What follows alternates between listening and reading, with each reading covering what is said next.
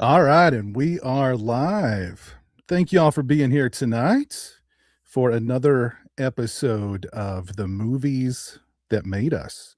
And if you're not familiar with this show, this is the show where I bring on some fellow YouTubers and we talk about the movies that made us love movies.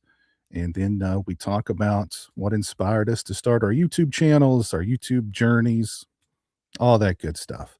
But let me do some shout outs here real quick before I bring on tonight's panel.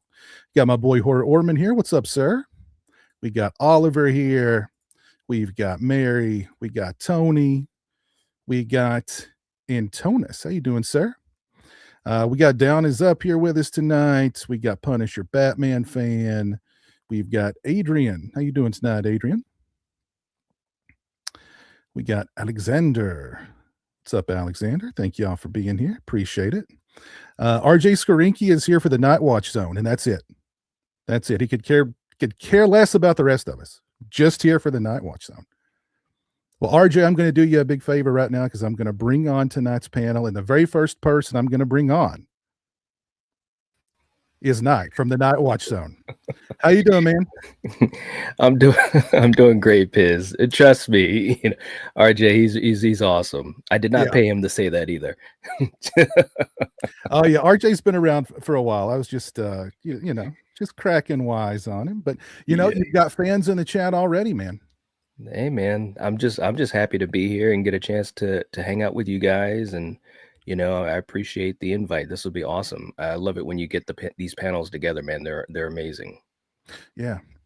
Like I was saying before we started, I like to bring on an interesting group of people and everybody get to know each other, and it's just a good time because we all share that common love of movies. Yep. So absolutely, it's right in our DNA. For sure. But thank you for being here, man. Appreciate it. Much obliged. Also joining me tonight, we have an obsessive person. I wonder what they could be obsessive about. Let's find out here. Jake from Steelbook Obsessed. How you doing, man? Doing pretty good. And I gotta say, I'm in a better mood now after watching that intro with all the. I have a drive-through or drive-in that's like half an hour away from me, and it plays like that hot dog doing flips. The guy saying like the show starts in 4 minutes, trying you to get your concessions and go back to your car. It's the best. Yeah, I'm ready to go down memory lane for sure. Yeah, I actually went to. I had my first drive-in experience last year. It's the best. I love it. Drive-ins are awesome. It was a lot of fun. Yeah, it was a lot of fun. There was a double feature of Girls' Night Out and Mad Men. Oh wow, old school stuff. That's great. And that was pretty fun. That was pretty fun. So, but thank you for being here tonight, man. Appreciate it.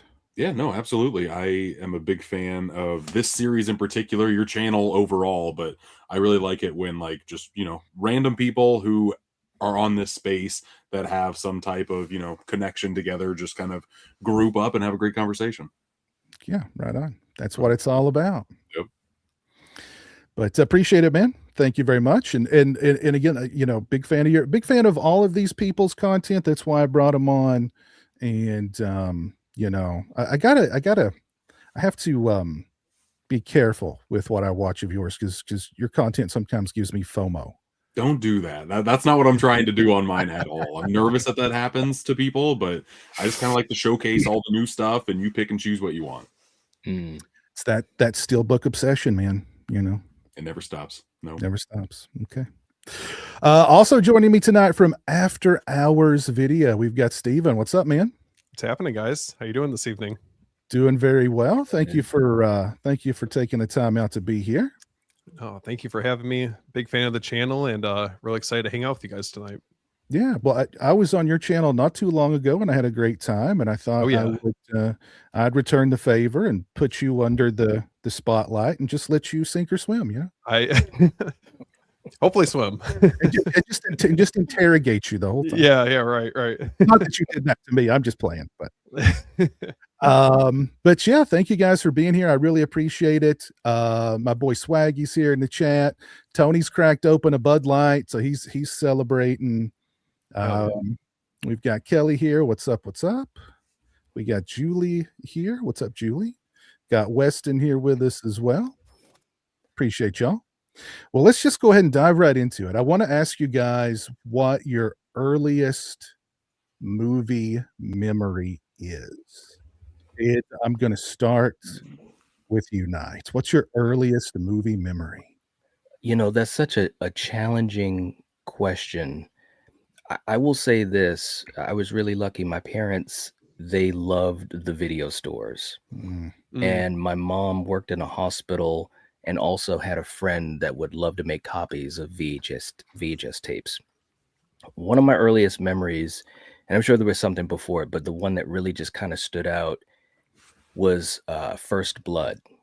Mm. Oh, And, I had never seen Sylvester Stallone. I never knew what Rambo was or whatever. And I watched it and it gripped me. It was just the action of it, this character, one man against so many in the wilderness, surviving. I mean, the cave scene alone, I can still remember as a little kid. I must have been, I don't know, 7 or something like that. And just like my eyes are like bugged out watching.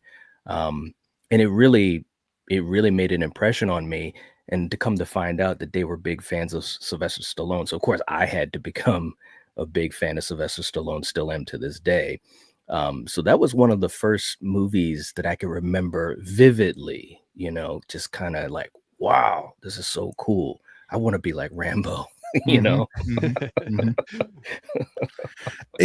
I'm sure, if you're above a certain age range, probably some of your earliest movie memories are going to be video store related. Yeah. 100%.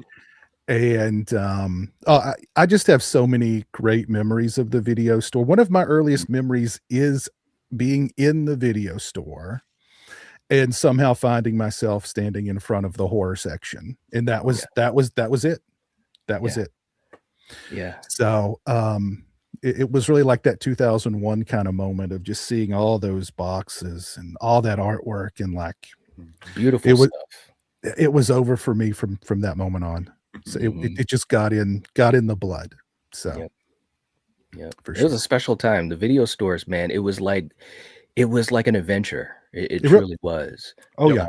My brother and myself, he's 4 years younger than me, but like to be able to go to the video store and even just to rent 2 or 3 videos was like, oh my God, this is absolutely the coolest thing ever. My parents are the coolest thing ever, and when I would go to that horror section, like you were saying, Piz, the poster work, the posters, the artwork, and I would just sometimes just look at each one, not really anything in particular I'm looking for, but I was just enamored by the artwork. It was just beautiful stuff. Yeah. Oh yeah. Yeah. Some of those, like I vividly remember the Evil Dead 2 staring back at me. I remember looking at the Evil Dead 1 and thinking, God, that poor woman being pulled into the floor. Like, Yeah. So yeah. And some of the artwork on those things, like really kind of freaked me out. Friday the 13th freaked me out. I was going to mention that one. Nightmare on Elm Street 2 freaked me out. I remember seeing The Visitor. It had like an eyeball with like a string going through it. Just like, what is this? I've still never seen it. I'm still curious what it is. We were just talking about that. I actually picked it up based on your recommendation. You should watch The Visitor. Yeah. It's it has the rare distinction of being a movie that is both a lot like a bunch of other movies, yet is completely unlike any other movie. Nice. So you should definitely. And what's funny is, like, I commented on that in my review. I was like, "What is this? This artwork has nothing to do with the movie. There's no eye. There's no monster hands." It didn't matter though. Like sometimes they would have the artwork before the movie was even shot, and that's how they would pitch the movie. Yeah. The artwork was what sold the movie. Like you'd see this bloody, ghastly artwork, and then you'd rent it, and it'd be like a made-for-TV movie. Dead Alive was the one I remember in the store distinctly, with just like this mouth or this head in somebody else's mouth going open like that. Yeah. At like 7 or 8 years old, I was like, "What is this?" Like that one is like one that scarred me at night. I would think about that when I'm trying to sleep. Happy Birthday to Me was one that got me because the look on his face and the shish kebab just, and I was like, oh my God. And I was just so like intrigued by it. It's like the artwork was definitely a way to catch your imagination. Man, I Mhm. remember Rumpelstiltskin at the movie store. It's Mhm. just it was, like so damn creepy. I mean, obviously, it's a little bit more dark comedy, if anything, but still that cover art that will forever be etched into my brain. Hmm. Yeah, for Hmm. sure, for sure. What's your earliest movie memory, Steven? Mine would have to be, I feel like Jaws as a whole, the entire Mhm. franchise. That was fortunately, especially with the first one, that was a film that my dad put me onto very early on. And then from there, I just needed more and more. Obviously, the quality varies a little bit, with the sequels, but nonetheless, that was definitely, especially with the first one, just one that left such a lasting impression on me and made me want to like discover more horror films as time went on. Hmm. Mhm. For sure, yeah. Jaws was a huge part of my childhood too. Yeah. Jaws and The Lost Boys are the 2 movies I've watched the most Oh, in my life. I Ooh. I I had taped Jaws off of television. I probably had it on multiple tapes in SLP mode, of course, so it's perfect quality. yeah. Yeah. And, I would watch it constantly, Yeah. constantly. It's such a rewatchable movie. Oh, for sure. 'Cause you had the adventure elements there. Mhm. You had, of course, the big shark eating everybody. Hmm. You had the great characters, the incredible music. I mean, Yeah. it's just a masterpiece. So that Mhm. opening scene, there's nothing like it. And I Oh, remember after that being afraid to go in the pool. I mean, obviously I was at a younger age, but still you go out there, as the sun's starting to set. No, thank you. Yeah. Yeah, you can't help but hear that music in the back of your head, Yep. anytime you're in a body of water. Yeah. So, yeah, Classic. classic stuff, man. What about you, Jake? What's your earliest movie memory? So the one that sticks out, that really like made me fall in love with movies was video rental store days. My mom went on a company trip somewhere, so it was just my dad, my brother, and I. And my dad's like, "What the hell do I do with these kids? I gotta survive until mom gets home." So we went to the video store and we decided to rent all 3 Back to the Future movies, Oh. and we Good marathoned choice. all of them in one day. And Ooh. this was the first time where I saw it to be continued. I'm like, what is going on? And then we just immediately go on to the next one. And that just opened my brain wide open to the possibilities of what like cinema can do. Mhm. And Oh, for those sure. movies are so great and rewatchable. And I'm waiting for the right time to like introduce this to my kids. And I'm going to introduce it just like my dad introduced it to me. So trying to do a full circle moment. But yeah, I still love this. It's my favorite trilogy of all time to this day. That's an interesting, and it's a question I've been asked before too, like, what's some good specifically horror, some good, like, to introduce my kids to horror Yeah. without completely freaking Tra- them out. Traumatizing them. Exactly, yeah. Let's do a round table. What was your all first horror movie? Do you remember? The first the first one the first one I remember is Halloween 2. Hmm. And I remember it pretty vividly because I was sitting on the couch with my mother, and it was the scene where Ben Tramer gets hit by the police car, Yeah, and then he's smashed into the van, and then it all just goes up in flames, Mhm. and I was shocked because it was just like insult to injury to burning alive, and Mhm. I'd never seen anything like that before. It Yeah. was a jaw-dropping moment for sure. Sure. Mm. Mine was more on the playful side. Mine was Maximum Overdrive, and I Get remember out of here. it was my birthday, and that cover was another one that just screamed out at me. Yeah. My friend and I were huge fans of AC/DC, so we just wanted to go into that sucker. And that's kind of a playful horror movie. Like there are a little bit of scary elements, but for the most part, it's just kind of a fun time. And I know the movie is not the greatest, but it always It's holds fun, a spot though. in my heart. It's Yeah, it's a fun. fun movie. Mhm. Yeah, it's a lot of fun for It's, sure. it's one of those movies that's bad, but it's so fun that you Right. you kind of enjoy it quite a bit. At least I Yep. do. For sure. Yeah, the Green Goblin on the semi, like that's just Yeah. something that's just like embraced in my brain, you know? Yeah. There's some good, like, I mean, of course, the soundtrack is incredible, Mhm. but then there's like, the kid gets run over by the asphalt thing, Mhm. you've Yeah. got the one that stuck out to me, like, still is like, you go up to a pop machine and you put If the it just money in, shoot like, at is it going to shoot out at me? And you know what I mean? Like Yeah. a mortar, like Never a know. mortar. Yeah, you never know. Yeah. Or like when you see those, the automatic turkey cutter thing, like, is that thing Oh, going yeah. to come Yep. alive and dig into my arm? That's Mhm. right. Yeah. So, oh man. Hmm. Steven, do you remember what your first horror movie is? I feel like it had to be the first Halloween, if I remember Mm. correctly.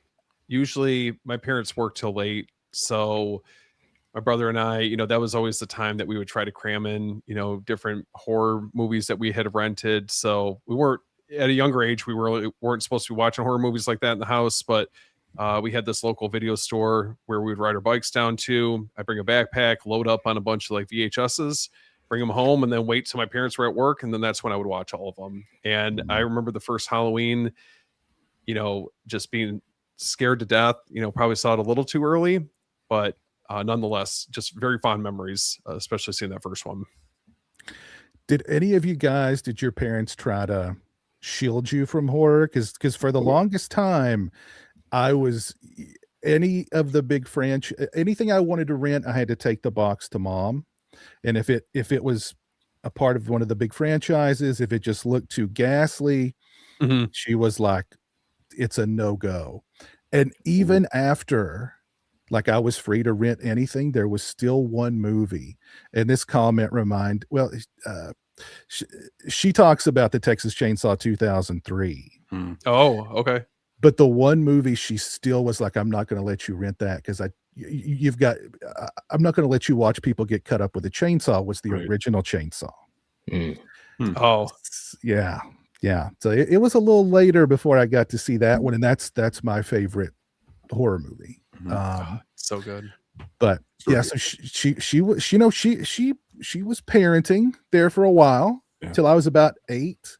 And then it was just like, whatever. Mine have been on a lot longer. I grew up in a very Christian household, and I could not watch anything. I couldn't even watch The Simpsons till I was like in high school. Like, it was very strict. Like, you got to be just watching what the Lord wants you to watch, type of thing. And Yeah. Right. yeah. I remember The Exorcist was the one that was like hands off, like don't even think about renting it, and especially kind of similar background. It was that was like the one that I kind of put off for the longest time, and then you see it, and obviously it's like unsettling, but I felt like I built it so much up in my mind, as time went on, and it's still a classic for a reason, but yeah. I was pretty lucky because my parents, they didn't really shield me from horror movies. As a matter of fact, my mom, I can still remember the first time I saw Alien, and my mom was sitting there enjoying it just as much as I was. And as soon as you see, the chest burster scene, she's like cowering, but enjoying the movie. But it's so funny. I could watch those type of things, but like when my parents would watch, Scarface or The Godfather, or maybe like an R-rated comedy, they were like, you can't watch this yet. So, it was kind of interesting. Yeah. Big shout out to Joey. Thank you for the $10 super chat. Scream 3 and Scream 1 are my favorites of the Scream franchise. Scream is actually my favorite horror franchise ever. What is each of y'all's favorite kill of Scream 1 or 3 or the franchise? Wow. Oof. A lot of choices here. A lot of choices, yeah. Gosh, what would be my favorite kill overall in the Scream franchise? I just rewatched Scream 4. Sorry, I'll pop in while you guys are thinking. Sure. And it's not even a kill, but I like the whole ending scene, which I guess spoilers for Scream 4, when the killer is trying to set up everything to act like they are not the killer. Even though there's not a death, it's kind of like a fake out death. Just that whole scene, I really appreciate and like. And I feel like that movie doesn't get talked about enough in the franchise. It just kind of gets slept on a bit. I mean, I would have to just go with that opening kill from Scream 1, because it was so well written and so well directed, and there was suspense, and they're not going to kill Drew Barrymore before the credits roll, right? But not just to kill her, but to like leave her gutted body hanging out for her parents to find. That was scarring for me. Pretty brutal. After she's watched her boyfriend get gutted out by the pool, you know what I mean? So Yeah, that set the tone for the entire franchise, and I think it did. they've been trying to live up to that ever since, really. Right. Oh So yeah. They're never going to be able to top it because now, even with the newest Scream, we're all prepared for the opening scene. We're all prepared for some of the Mm-hmm. things that they might do, and they can add little flourishes here and there to spice things up, but they're not going to be able to top that. You know, no, they're just no. not. But I will give credit to some of the other entries. Like with me, Scream 4, I thought one of the best kills was that kill with Olivia. Ghostface, you think that he's going to attack Kirby and Jill, and he's like, I Mhm. didn't say I was in your closet. Next thing you know, he's across the street, Yeah, that's a good one. and he was vicious, That and it room was, afterwards too, blood yeah, everywhere. Yeah. all over the place. And it Yeah. was kind of like, especially after the events of 3, Ghostface was a little bit more campy, obviously because of the whole Columbine thing. They had to change Yeah. the tone a bit, and so this Ghostface was like down to business, and I was like, man, I'm here for it. It's cool. It was a really good kill. Mm. Do you have a favorite one, Steven? Or did you already mention it? It's I feel like it's so hard to top the opening scene from the first one. I mean, it's just it's iconic for many reasons, but especially subverts all expectations. Especially for of the time, and yeah, definitely a standout in my mind. Yeah. I like the setup to 6 too. I thought that was pretty good. There were a couple of fake. Oh yeah, yep, yeah. Mhm. Yep. There was a really cool kill in 5. I think the death of Wes is pretty cool. It's just very slow, and like he's fighting it, but like he's just not strong enough. Oh. Mhm. I got my hands on the script for that, and they actually changed it. It was a gun. Ghostface slowly puts a gun in his mouth and pulls the trigger. So they What about- changed it. What about the one with Mikey Madison? She gets like lit on fire. Oh yeah. Yeah. I don't know if it's my goes through it. favorite, but it's definitely memorable. Mm-hmm. Yeah. She was I've come to enjoy her more and more. When I first saw Scream 5, I wasn't as big on her character. Not anything against her. She's obviously a talented actress. I mean, she won an Oscar. So, but the more I've watched it, I've kind of come to see, some really cool stuff with that character, especially her reveal when she pulls out the gun and shoots Liv, and it's so quick and abrupt. It's like, oh wow, you are a Ghostface killer. It's it was pretty good. Becomes It's very well. unhinged very quickly. Yeah. I was radicalized. Yeah. So I'm gonna go see Scream 7 on Friday. What are your all thoughts on that movie? Because I've heard so many mixed things on this one. I was not a fan of it. Yeah. All I wanted was like just a good slasher, because like again, it's never gonna live up to the original. And I think that's kind of the expectations a lot of people have, is like we're gonna be shocked and we're gonna be swerved and we're gonna be surprised, and we're not gonna see who the killer or killers are coming, and it's and like those days are just past. I mean, it's just not going to happen. And even with those kind of low standards, I was just like, wow, this is just not good. It takes a lot of liberties with like just common sense, and like and I'm the first guy to tell anybody, leave common sense at the door. For a lot of horror movies, you just got to go with it. But I was like, damn, they are really taking some massive liberties here. Yeah. And not to give anything away, but the third act is just that's what I keep on hearing. Appalling. Yeah. That's where it fell apart for me. I was on board, for about 65% of the film. I mean, it wasn't the best sequel, but it was entertaining enough, and it's a Sydney-centric story, so it was great seeing Neve Campbell back, not just doing a cameo like she did in 5.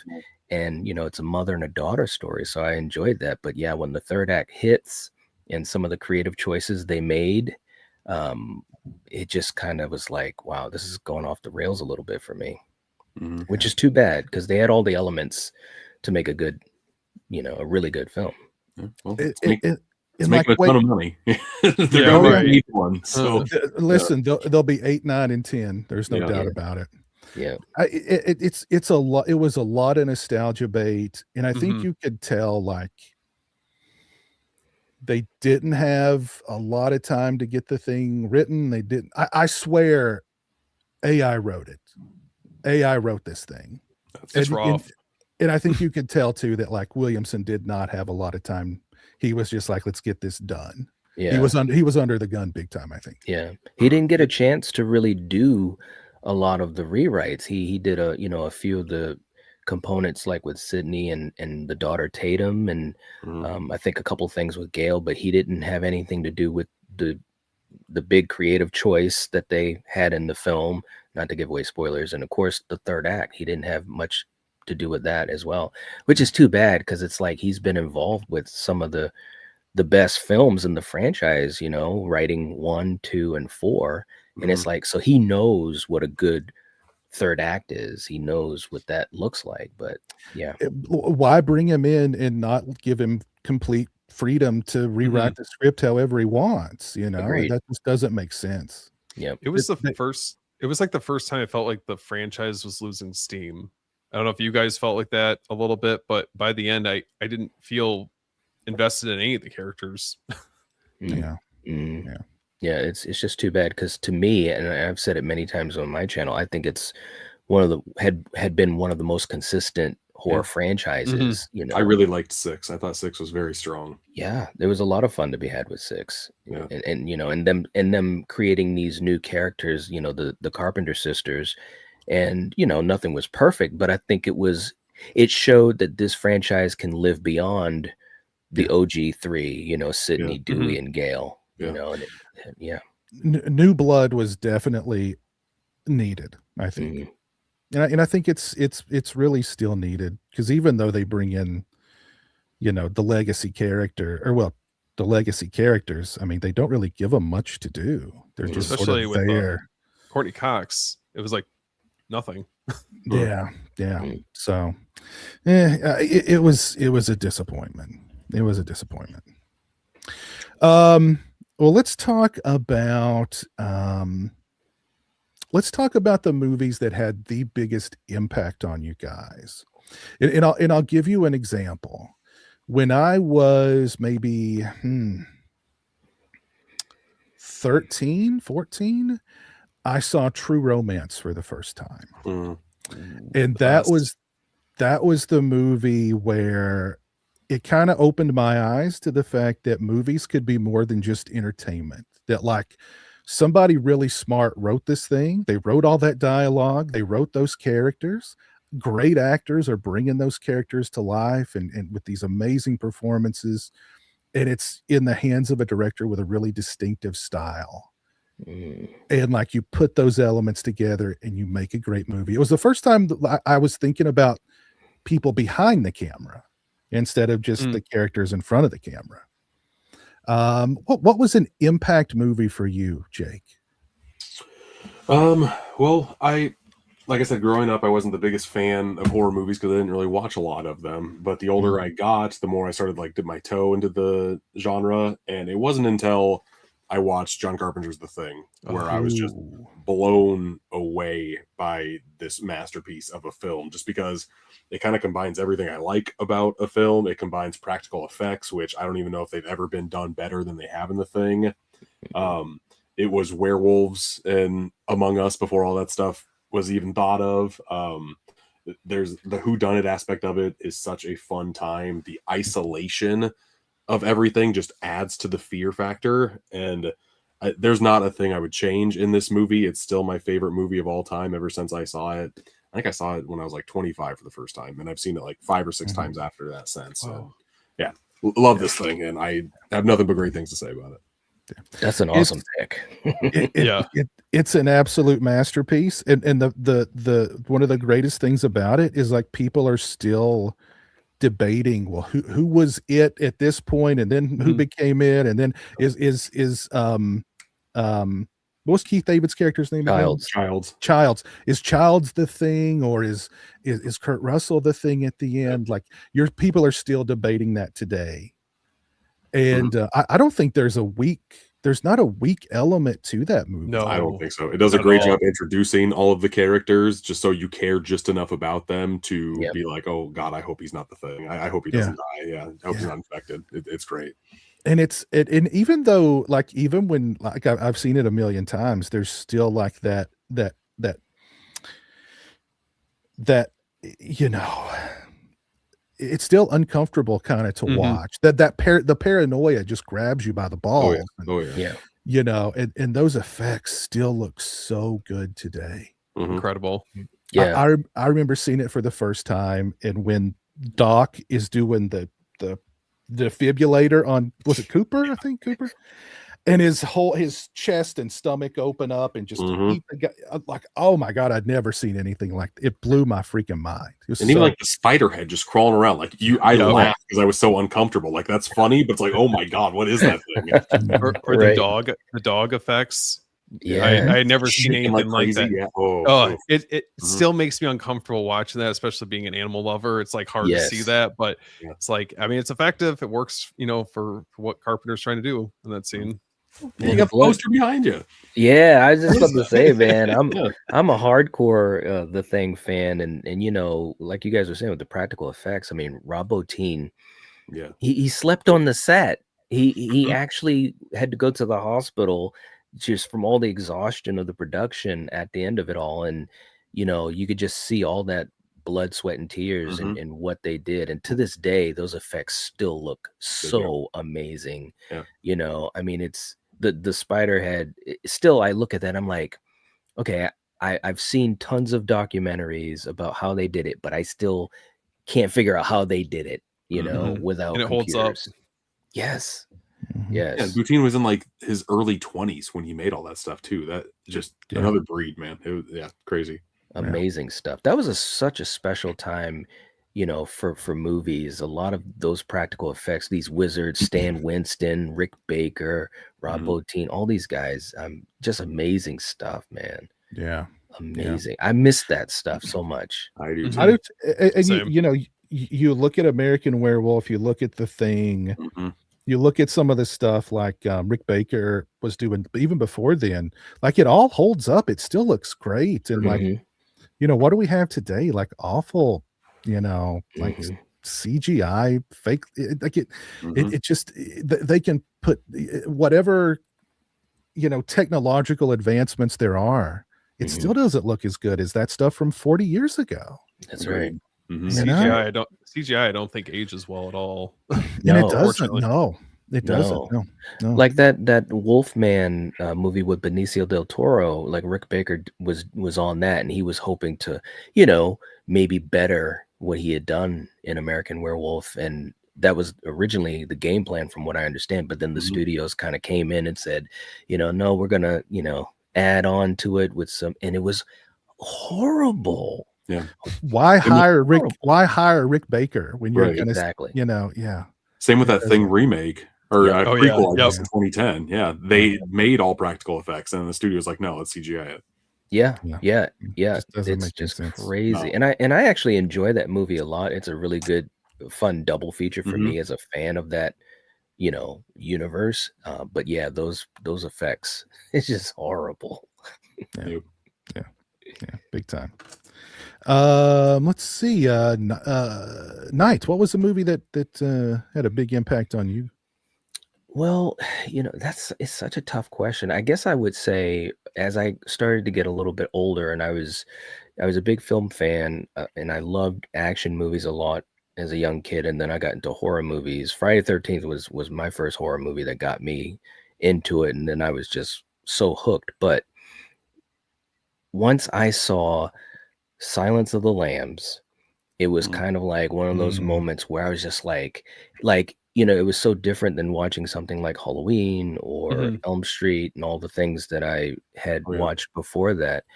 And I was just, it felt like it was real, you know. I grew up in Baltimore, so it was kind of like, the backyard, so to speak. Uh-huh. And it creeped me out. Like when we had finished watching the movie, my mom, I still remember this, we were watching it late at night. She used to work, until about 11 o'clock at night, and she wanted to Mhm. watch it. So it's just so creepy, you know, and it had some realism to it. Great direction, great acting. To this day, Anthony Hopkins, that's the movie that I, you know, kind of found him and been a fan of his ever since. Jodie Foster as well. And, you know, when they did so well at the Academy Awards, it was just kind of like it made me think about those types of things more, about the acting and the directing and the cinematography and the scores and stuff like that. Because at that point, I was a bit older. I was like in my mid-teens or whatever, early teens. But yeah, I think that was the movie that kind of made me look beyond just the scares and, you know, the things that made me jump or get the adrenaline going. Mhm. Yeah. That was a great that was like the first time, and that's a horror movie. That was the first time like horror got some recognition. Yep. Yep. And of course, no one wanted to call it horror at the time. It's a thriller. No. It's a thriller. Yeah, right. But yeah, that is without a doubt a horror movie. And I mean, you know, the Buffalo Bill was inspired by Leatherface. Yep. So of course. But yeah, that's just a great movie all around. Yeah. Oh, yeah. Anytime I watch it, and I've seen it, I've probably seen it easily, you know, over 100 times in the course of my life. But every time I watch it, I find different things to appreciate about it, you know, even when it begins. And it seems like, it almost seems like it almost could be a TV movie, Mhm. you know, but the music kind of just elevates you in, and it's kind of that dreary, rainy type of day, and they're showing Starling training for the FBI and all of that. And it sucks you in, man. I love that movie so much. It's such a great film. Yeah, and that's a good point that Eric's he Anthony Hopkins really, I forget how much screen time he's got in it, but it's not much. Either 10 or No. 15 minutes. Like, it's not a lot at all. It was Yeah. so impactful though Mhm. that like Yes. he won the Oscar. Yeah, and that's that's Anthony Hopkins will have. He played Hannibal Lecter on his tombstone, even though he's played some incredible, you know, he's incredible performances. Yeah. It's that is the character he'll be remembered for forever. Absolutely. Yep. What about you, Steven?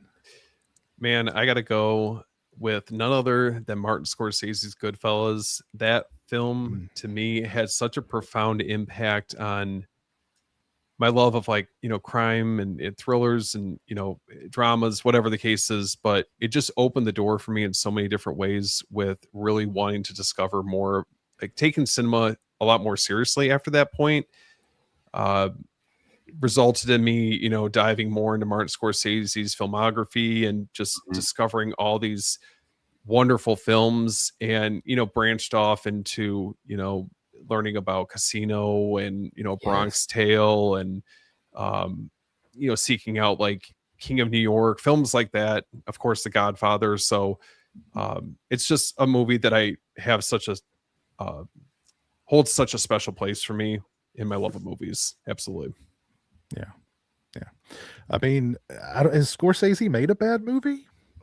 I don't think he has he? No. I Oh, there's a couple. It varies in quality. You Vincent heads out there. Boxcar Bertha. That's coming out on 4K. Have fun with that.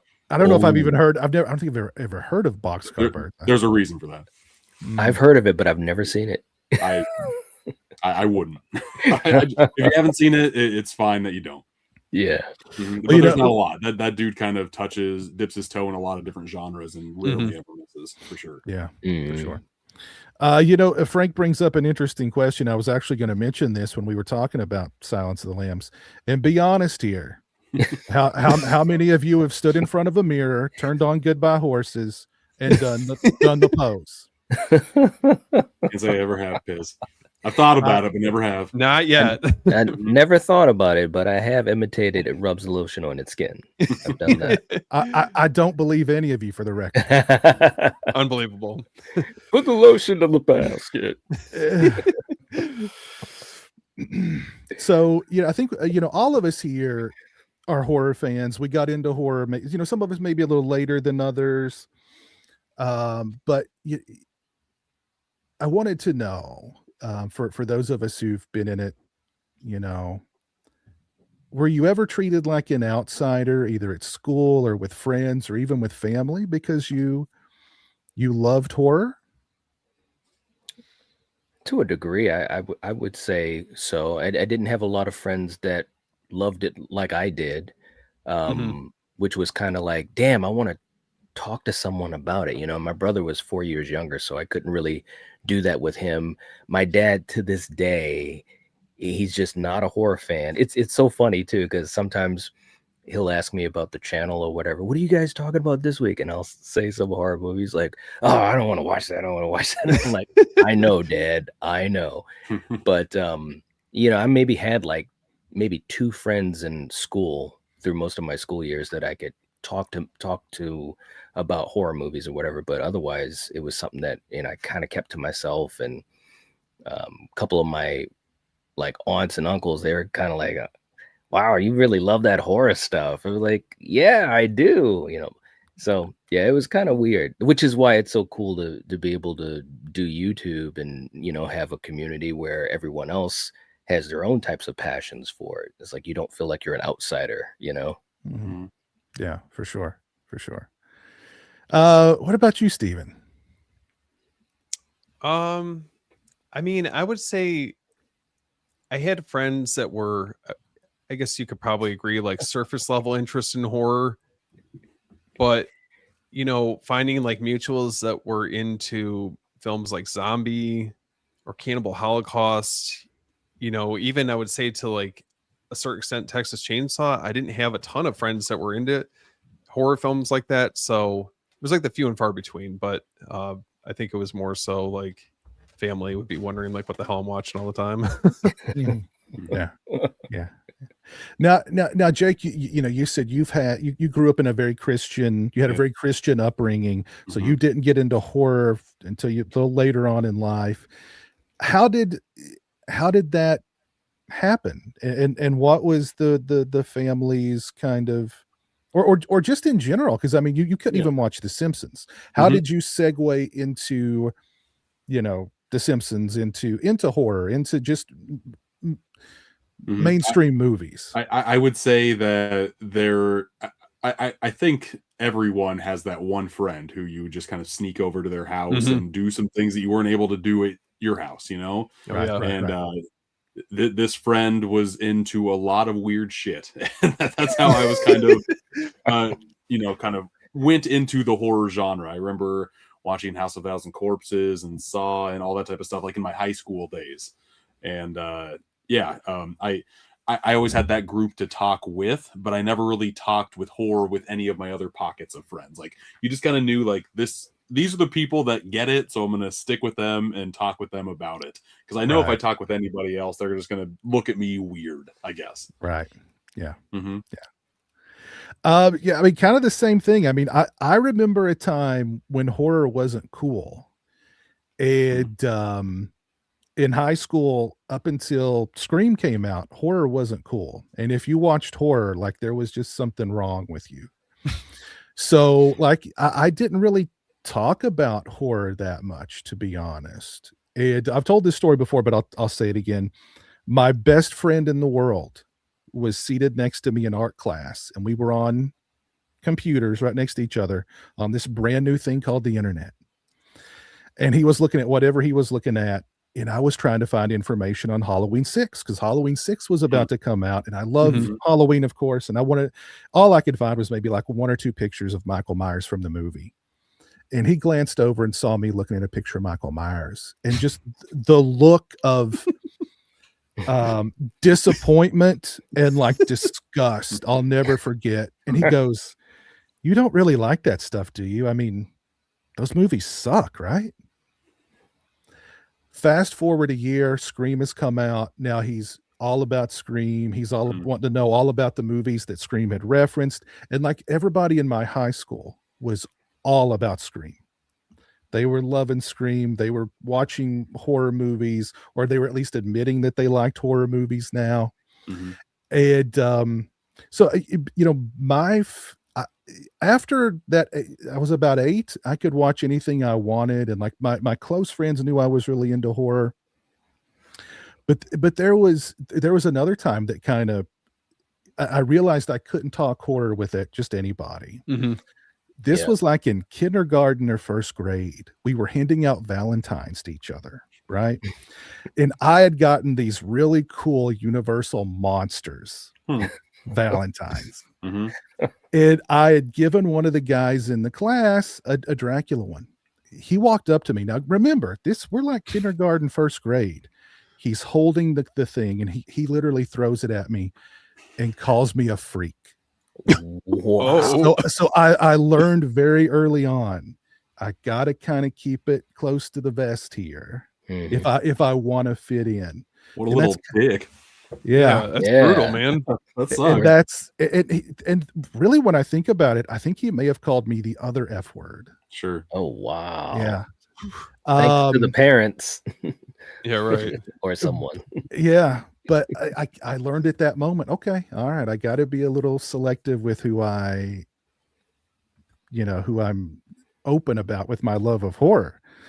But literally after Scream came out, it was cool. Horror was cool again. Yep. So, or I guess it was at a level of cool it had never been before, maybe. So that's true. Yeah, man, it's a tough crowd. It was a tough crowd. Yeah, tough crowd. Those kindergartners, man. Yeah, it was either kindergarten or first grade. It was, when you're young, when you're super young, and you're giving out Valentines to all your classmates. So it was somewhere very, very, very young. But yeah, man.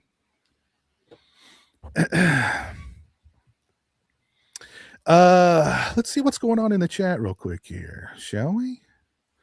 A lot of love for Silence of the Lambs and Red Dragon and that whole series. That's good to see. That's good to see. Yeah. My younger siblings didn't have a choice not to like horror movies. I like that. Force it on them.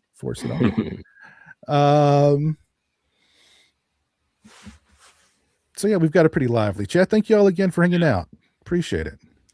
Yes, I want about Anthony Hopkins and the film Magic. If no one has seen Magic in here, that movie walks. It is amazing, man. First time I ever saw that, it was on, I think it might have been HBO, and I had no clue.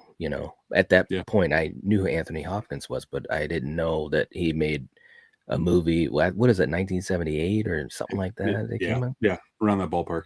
And I'm watching it, and it's just such a it's so subtle, and his acting, of course, is amazing, but it's not ham-fisted. It doesn't really get that intense until later in the film.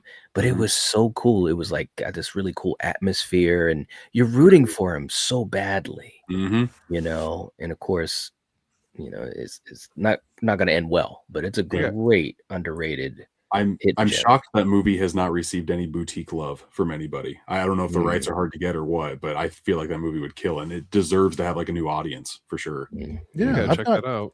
Yeah, I've not thought about that movie in a long time, but what was I think I've got a DVD of it somewhere back there, but I think that's it. Yeah. So, well, let's go around the horn, and then we'll start to close out the movies that made us and segue into some other topics. Sure. Just give us a few more of some of the movies that made you guys love movies. And I will start with Steven. I got a few that I could probably just real quickly go over. I have to start with Lost Highway, David Lynch.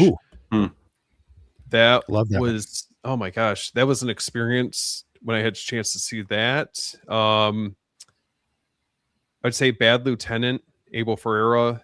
Yep. That's one that I just remember wondering what the fuck I was watching at the time. I love that one too. That's such a great movie. Let's see what else I got. I would say Donnie Darko was one that just right place, right time. What else? Taxi Driver. I would say Body Double was one of the first ones that got me into erotic thrillers, and I'm sure, as you guys know, I'm pretty big into those. And then, yeah, we know you're a sleazo. Yeah, a little bit. Yeah, thanks, man. I would say the last two that had a lasting impact on me that I saw in high school that made me really love, kind of loving both of these movies, caused me to kind of jump off and dive into other subgenres, were Suspiria and then Zombie. I actually got a DVD copy from a friend of mine who she put me onto it, and I had no clue anything about this movie, right? And she's like, "You like Dawn of the Dead, you like, all the Romero films, check this out." Puts me onto it. I was like, what is this? This is so strange. It's you've got a shark fighting a zombie. I didn't understand it, but I gave it another shot, and then I started slowly falling in love with it, and then discovering Italian horror as a result of it. And Suspiria, obviously, that's kind of like in a tier all of its own. That opened up my eyes to Dario Argento, and then learning about giallo films as a result. So try to cherry pick, handful of decent films out of that group. Those are all great. And, I have to credit the internet for at least one good thing. And the early internet, my early internet was all about researching horror movies I'd never heard of. Oh, okay. And a lot of those, and that opened up the door to the Italian horror genre. You know what I mean? Which included all the giallos, and which included stuff like Zombie. I remember I was dying to see Zombie because I'd seen little clips of it here and there, and I was dying to see Zombie. And I made the mistake of, I don't know what I was thinking. I rented Zombie, and on my way home, I stopped and got there's a name for it, but it's basically spaghetti, but in like Cincinnati style chili.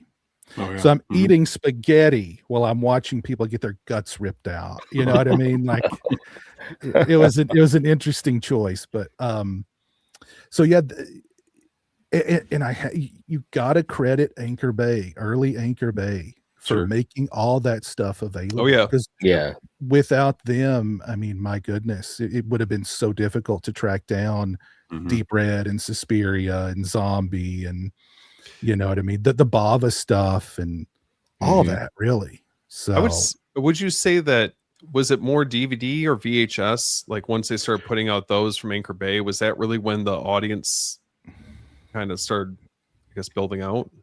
It was both. I had Deep Red on VHS. I've still got Zombie back there on VHS. Same. But yeah, once they made that transition to DVD, it was just everything. All the Italian stuff was available, and it was just, I couldn't afford it all at the time because I was, broke boy.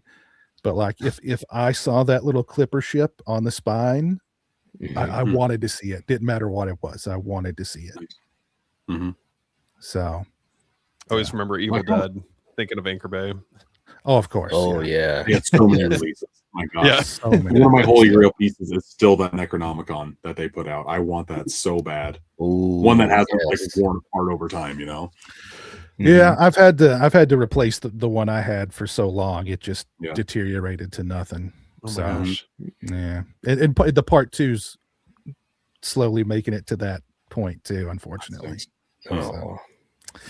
But yeah, the Italian stuff, and I'm always trying to encourage people, check out Argento, check out Fulci, check out Bava. Yeah. It's just a whole other world of horror that, like, absolutely. Yeah.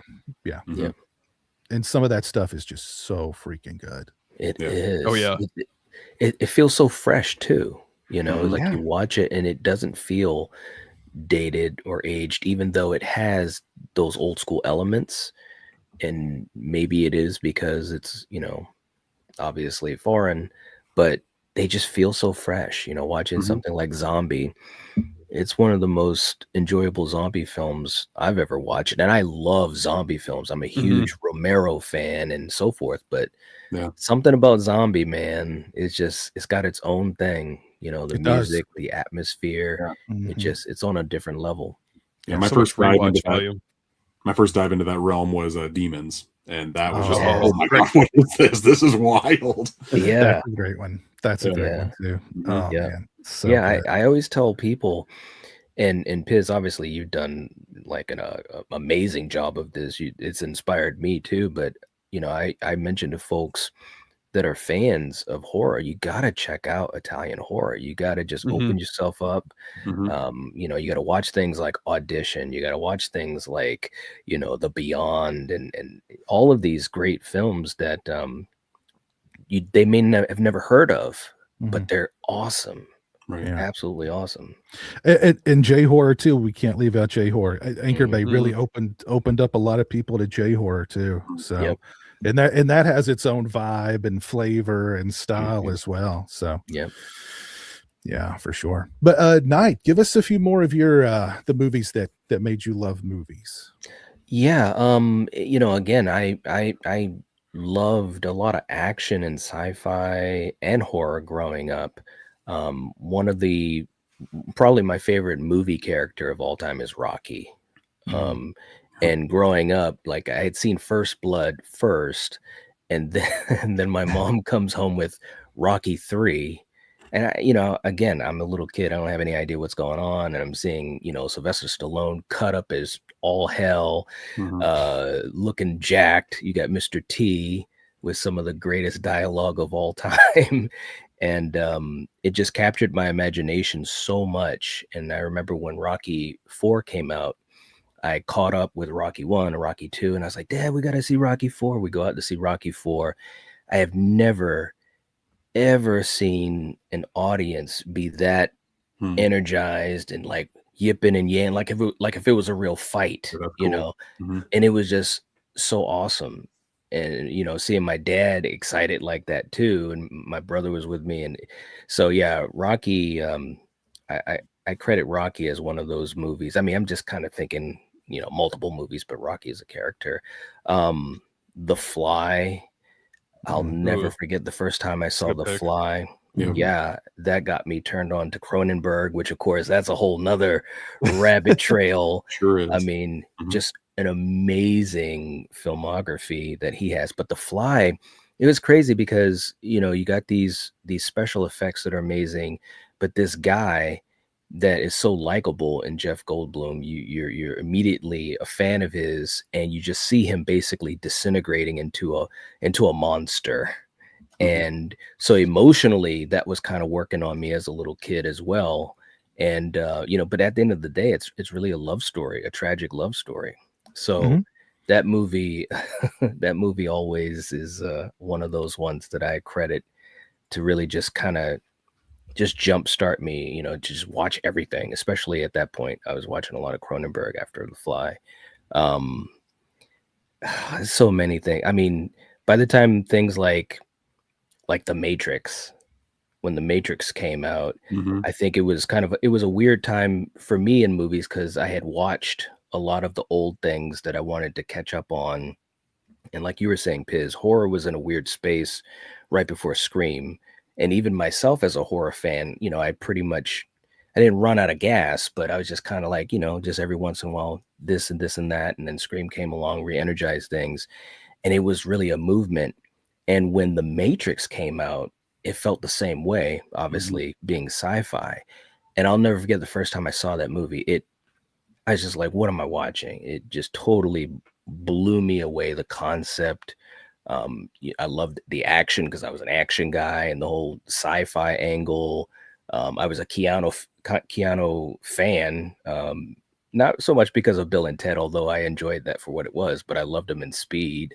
And so, yeah, you know, The Matrix was just it was a moment too for me. Like I was just like, man, this movie is so creative. And so, yeah, those are a couple of the ones for me. You know, we already mentioned Fulci, all of those movies. You know, for me though, The Beyond is one of my favorites. You know, So good. it, I mean, it makes no sense, you know, but it's like this fever dream, and you go on this journey, and it's just beautiful. The atmosphere and the ending is such a gut punch.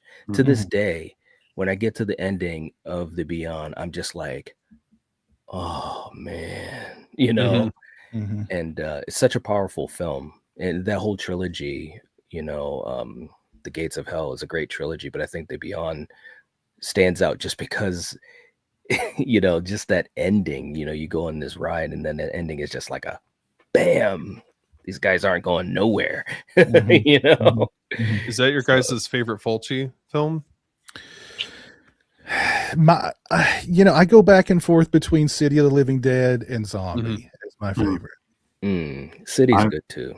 Yeah. I like Don't Torture a Duckling. I really Mhm. enjoy that Oh, movie Great quite a bit. I choice. know it's not really a horror-ish movie, but it's got such a strong story.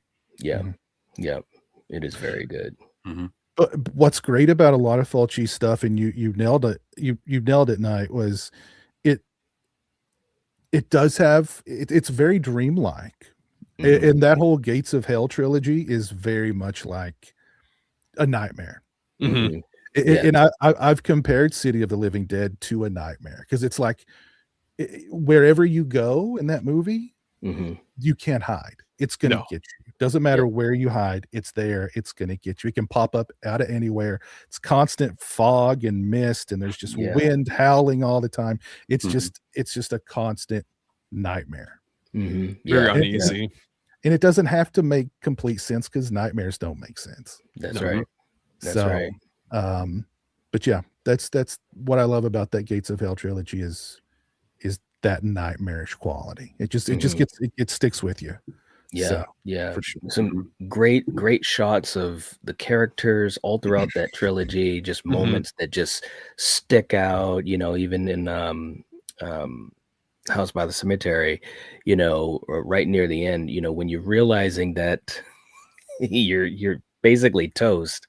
You know, there's Mhm. certain ways you can shoot those scenes, and I just think that he has a very distinct style that just it just grabs your attention, man. Like those movies, I I love those movies so much that I wish that there could be some inspiration to Oh other yeah. directors to kind of and I know I don't want them to do the same thing, but I want them to do something like that that would grab me, you Right. know? Yeah. Yeah, and I think as much as we all love Fulci, he's kind of underappreciated because when people think Mhm. Fulci, they just think gore, Yes. and there's a lot more to Fulci stuff than just gore. Mhm. Psychic is a great film Mhm. from him. Mhm. Yeah. Oh, And he did a lot of non-horror stuff. There's a I forget it's an action movie he did. It's like a heist gangster action movie that's actually really good too. I can't think Mm. of what it's called though. Uh, but anyway, so yeah, he had a very diverse career, Mhm. Yeah. really. So, Yeah. what about you, Jake? What are some of the other movies that made you love movies? Yeah, well, gut punch endings reminded me of Night of the Living Dead. The first time I mm, saw that, I was like, "This Oh, movie was so ahead of its time, and I can't believe it ended like that back then, let alone now." Like, it still stands out. That movie's so wild, bleak. and yes, very, very much so. And I'm a sucker for a bleak ending, man. I absolutely love it, and they Mhm. don't happen enough. So when they do, I'm like, "Yes, let's go." Uh, I always root for that.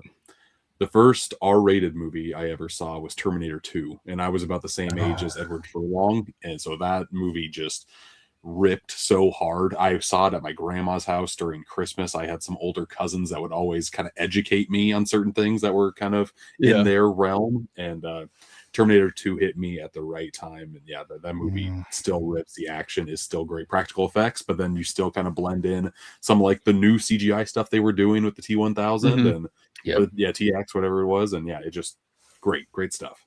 well, Then I have some, let me ask you guys something yeah. real quick before you move on from T2.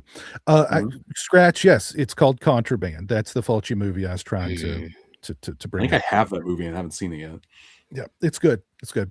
Okay. So, Terminator 2 was probably it, it was the biggest event movie of my childhood. Yeah. Even bigger than Batman 89, at least from my perspective, because everybody was talking about T2. Mhm. hmm Whether you were like my own mother was talking about T2, and she hated Arnold Schwarzenegger. Like everybody was talking about T2. You couldn't go anywhere without seeing T2 something. Yeah. Mhm. Has there been like what's the most recent event movie? Well, I mean, like, I've asked that before, and people are like, "Well, Avengers Endgame," and I'm like, come on. Terminator 2, Avengers Endgame, like, come on. Man. Yeah. I think Matrix was one of them. I think Knight was right on there in '99. Dark Knight, I think, was a big event movie. Mhm. Like you could say Endgame too as well, but like Dark Knight just changed everything. Like it was just so different good. from what a superhero movie would do. Yeah. That's the only midnight screening I've ever been to was the Dark Knight, and it was Ooh. packed out. They had it in Mhm. two different Oh, yeah. two different theaters. Mhm. Both of them were packed out. Yeah. Mm. It was a great experience. Yeah. Yeah, those are the Such two a that good come to film. mind. There aren't really a lot of standout movies though nowadays, unfortunately. There's No. really not, no. And we were talking. I did a stream last night on Frank's channel, and I brought this up, but like, there's not movie stars anymore. You know, No. like Schwarzenegger was a movie star. He Yeah. wasn't just an action star. He was a movie star. If Yeah. Schwarzenegger was in a movie, you went and watched it. Yes. And yes. like, now it's all IP driven. There are no movie stars. You go and watch the movie because it's part of this series, or it's part of Mhm. this universe, Mhm. or because it's of a certain genre. There's no, like, Tom Cruise is still doing his thing, but he's like the last Yeah. man standing of that old movie star Yeah. bastion. I Like, agree with that. they're all gone now. And like, I could make an argument for Chalamet. Like it's a very muted argument, but a lot of his movies are just based off of him, and they tend to perform fairly well. oh, You have Wonka, Timothy you have Dune, you Mm-hmm. have Marty Supreme. Like those do That okay. was but, like, crazy. we're never going to get to the level of movie stars that we had in like the 80s and Mm-mm. 90s. There's just too much distraction thrown all over the place for Right. anybody to really focus in on one person and fascinate about them. Right. And there was a mystery to those stars as well. Yeah. You know, Oh, yes. Arnold, you know, when Arnold had a movie, you're so right. When Arnold would have a movie come out, my parents, my mother is just like, Arnold's got a new movie, Mhm. Total Recall or something. We got to see it. And me and my brother are like, yeah, we do. We had no idea. Yeah, of You course. know, and back then they would show a trailer, but the trailer wouldn't give anything really away. Mhm. And so you're just like, you're salivating just to go and see it because of that marquee name, a name Mhm. that you could trust, Yeah. you know, especially someone like Arnold, because, you know, you watch the Terminator and then you see something like Predator and Running Man. It's like, bro, I'll watch him sing a Mickey Mouse song. I just want to see this guy, you know, and it was special back then, you know, because this is pre social media and, you know, hyper focusing on all of that type of stuff. Mhm. It was really cool. It was. And T2, like you said, that was an event. Oh, yeah. There was lines outside of the theater because I'm from Baltimore. So Okay. there were lines out of the theater. Me and my buddy wanted to go see it because I had an older cousin that was saying, you got to go see it. And of course we couldn't. We eventually did. And my God, man, just amazing. Still to Yeah. this day. That's special. Mm. Yeah. I don't know. They just don't make, I mean, like, this was another point I brought up last night. Like, we don't have comedies anymore.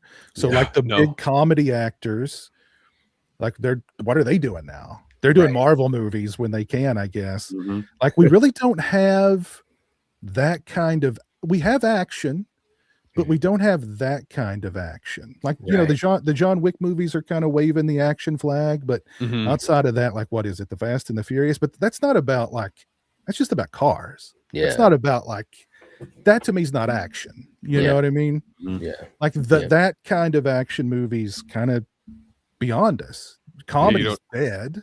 You know, maybe Scary Movie 6 will bring it back. Maybe. Like I'm really for it. Yeah. I'm really tempted to go see it. Jeremy saw the trailer before Scream 7. He said he wanted to go see it, so we'll probably see it. But like, I think we need more variety at the box office. I think that's part of the reason why people aren't going to the theater as much as they are, because what are we getting that's outside of like superhero movies or like some, you know, romantic comedy that nobody cares about, or you know, or horror. That's why horror. I mean, horror is the consistent. It's just consistent. Yeah, because people will go watch horror. Right. Yep. Even I feel like with superhero movies, I feel like that's kind of taken a step back last couple of years. Just For sure. you know, Definitely has. which I'm okay with. It's I mean, as much, and I'm a big comic book fan, and I can have the appreciation for them even now. But I think it's you're getting to a point where it's. I mean, this has been going on for a long time. It's almost like 17 years of consistency with it. It's kind of crazy. Or It was getting 18, I guess. oversaturated for sure. Yeah. Well, and they've become so formulaic, not enough of them have their own identity. It's really a formula, especially, the MCU movies. And I've enjoyed a lot of those movies. And I grew up on comic books. I grew up on Christopher Same. Reeve. I grew up on Batman and Batman Returns. So once we started to get these superhero movies, it was like, oh man, this is cool. We could finally see some cool stuff on the big screen. And then it got to the point where they were having 4 or 5 MCU movies in a year, and 4 or 5 that are streaming on Disney. And it's like, this is just too much. You're not giving us quality anymore. Now it's about quantity, which is why they've pulled back in the last 2 years. And even for this year, what do we have? I think it's only Spider-Man and Avengers, I believe, is the only thing we're getting this year. We're getting a Clayface movie this is the first comic book inspired movie I've been excited about in decades at this point. But it's Clayface. He's the villain. It's supposed to be an R-rated body horror movie written by Mike Flanagan. Yeah, that's what I thought. Yeah. Written by Mike and the director, I forget his name, but his last movie was really good. So I'm all for that one. And they've kept the budget low. Yep. So that's encouraging. Which is smart. Very encouraging. I'm excited to see that one. Yep. And Roger brings up a good point where like Disney will muscle the theaters to say, well, you put our movie on, you got 10 screens, it's going to be on 9 of them, or you don't get our next movie. So they kind of push out other movies that could be in the theater. Yeah. You want Avatar, you got to play Tron. Like, it's that type of crap. Right. Because I think even Tarantino was complaining about that. One of his, I forget which movie it was. Maybe it was Hateful Eight. Once Upon a Time.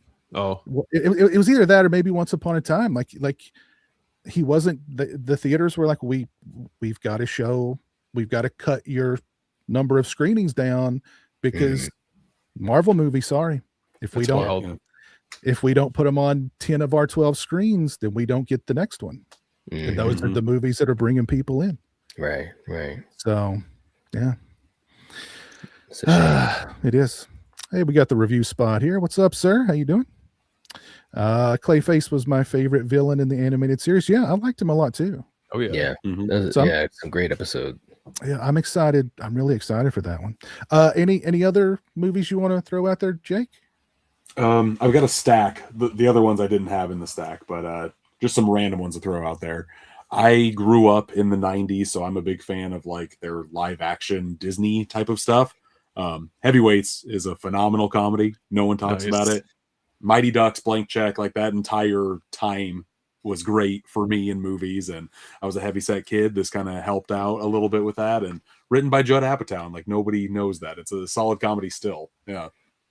The first movie that made me really delve into like different directors' filmographies was Pulp Fiction. I loved this movie so much, and it did so much different from when I first saw it that I just dove into as many Tarantino movies as I possibly could. So gotta put Pulp Fiction on the list.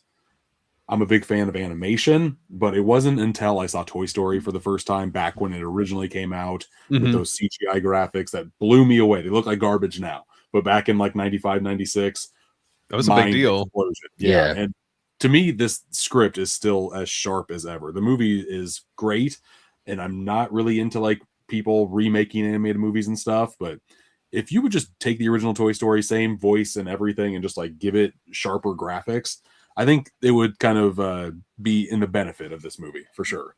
2 more. Big fan of South Park when I was a kid. So when I saw that the creators actually made a spoof comedy called Basketball, love this movie so much. It's stupid. I love that movie. That's a great one. I love that movie too. If I'm being honest with myself, it's probably the movie I've watched the most in my life, just because my friend and I would watch it all the damn time getting home from school. Good stuff. And then lastly, this is an example of a movie where like sometimes you watch a movie, but you watch it too early and you don't really appreciate what you're watching. I saw Zodiac when it came out because again, I was digging through director's filmographies. Love me some Fincher. Didn't like Zodiac when I saw it in high school. Rewatched it in my 30s. It's a great movie. I think it's absolutely perfect. And yeah, it just goes to show, like, I have a lot of movies in my collection. Some I like, some I don't. But I'm going to keep everything in here because you never know, if you go back to it, you might appreciate it. 100%. Yeah, that Lake Odessa scene still freaks me out. Yeah. I have dropped links to everybody's channels in the chat. If you're not subscribed tonight, if you're not subscribed to Steelbook Obsessed or to Steven at After Hours Video, definitely go over and subscribe. What's up, Adam? How you doing, man? Thank you for being here. Jeremy is in bed. Jeremy is in bed. 8 p.m. sharp every night. I respect that. Right. You know, he's got a schedule and he adheres to it. We talked about the theater experience and how the theater experience, I think, is something that's kind of changed over the years. We have streaming is omnipresent at this point. There's 95 different streaming services out there. Movies are in theaters one week, and then a couple of weeks later they're on streaming services. And there's just been this, theaters. Some theaters didn't survive. Some of the smaller theaters, the mom and pop theaters, didn't survive the pandemic. Right. And I think the big theater chains just barely kind of did, honestly. Yep. And I know for me personally, what I'm getting at is I want to know how would you guys improve the movie theater experience? Because for me now, like when I was a teenager, I would go to the theater to watch whatever. I didn't care. Just going to the theater was enough. Okay, let's just go. Doesn't matter what's playing. We'll pick something and we'll go, because I loved that experience. Now, if it's not a movie that I'm really, really want to see, I'll just wait for streaming. Yeah. And I still love that experience. But the experience is it is a little bit different, I think. Like, I don't feel like there's still that communal aspect of it. And maybe that's just because the movies maybe aren't as good. Like, I remember watching Scream 3 in the theater. It was packed and people were losing their minds the entire time. I watched Scream 7 in the theater, and you could hear a pin drop, literally. Like, people were just, occasionally you'd hear somebody laugh at, kind of chuckle at one of the one-liners or whatever. But other than that, like, even like the big jump scares and the kills, nothing. Nothing. What would you, and I think we did dodge a bullet. Netflix is not going to get Warner Brothers apparently now. So that's right. That 45-day theatrical window will still be there. If the movie's doing well, that is. If it's not doing well, it'll be in and out pretty quick. But I think we did maybe dodge a bullet there with the Netflix acquisition, because they were talking about, what, a 2-week window? Yeah, it was crazy when I heard that. Yeah. It's like, what are you guys doing? Right. A little bit. I think he said 45 days before they didn't get the deal, but yeah, a lot of unknowns there. I know with like Paramount going to get Warner Brothers, there's going to be a lot of job losses, which definitely stinks. It's going to be another Fox Disney situation, to where I don't know what we're like 5-6 years into that, and I don't think Fox is better at all. They don't really put out a lot anymore, and I feel like the same is going to happen with Warner Brothers, which stinks, because they've been on a roll the past like year and a half. Yeah, they've had some great stuff. Yeah. I forget what I saw was that the plan was to release X amount of Warner Brothers movies a year, X amount of Paramount movies a year. Each. Yeah. Yeah. The 45-day window. But I mean, Paramount has a lot, because Warner Brothers is one of Hollywood's most historic studios. Over 100 years. Yeah. Yep. Yeah. Crazy. And 100 years worth of some really great movies. So, you just, Paramount's got a lot under their umbrella now. Like, are they gonna, I don't know, maybe it's, I'm hoping for the best. Yeah, Yeah, on the selfish front, though, like their physical media releases, Warner Brothers, they've been some of the most top-notch that's true. any major studio has been putting out. Paramount doesn't really do a lot. So I'm kind of nerd like Netflix. I kind of figured that whole department would go away. With Paramount, I have no idea. Like in the physical media realm, I guess I don't know if they would just both be combined or what's going to happen here. I know that Paramount there for a while there was a push to do more in-house physical media stuff, especially for their horror. Yeah, the Paramount Scares line. It was great. Yeah, because whoever was over that the physical media part of it was a big horror fan and a big physical media person. So there was a lot of hope that, like, we're going to see a lot more physical releases in-house, for the properties that they have there, and they've got some big properties there. They do. But then Skydance bought Paramount, and then it's just been mum's the word on a lot of their back catalog stuff, and that absolutely stinks. And that's where I'm kind of at. Like, I kind of wish that regime would just kind of make their stamp on Paramount instead of trying to buy another company and trying to do one big stamp over both. There's just a lot of unknowns, which I definitely don't like at all. But I want to go around the horn here. If you guys could improve the theater going experience in any way, what would it be? And Jake, I'm going to start with you. Well, I've had a couple of bad theatrical experiences the past few months. December, I went to see Marty Supreme, which I really did enjoy, but whatever digital file they were showing was corrupted, and the whole third act was just very skittishy and not a great experience. Wow. Then I went to see 28 months later, The Bone Temple, and another great movie. But there was a family of people that brought like their little 3 to 4 year old kids, and they had their phones out, and they were blasting the volume was not turned down. I'm like, what is going on? Like, my friend and I had to talk to them multiple times. Like, can you turn that down?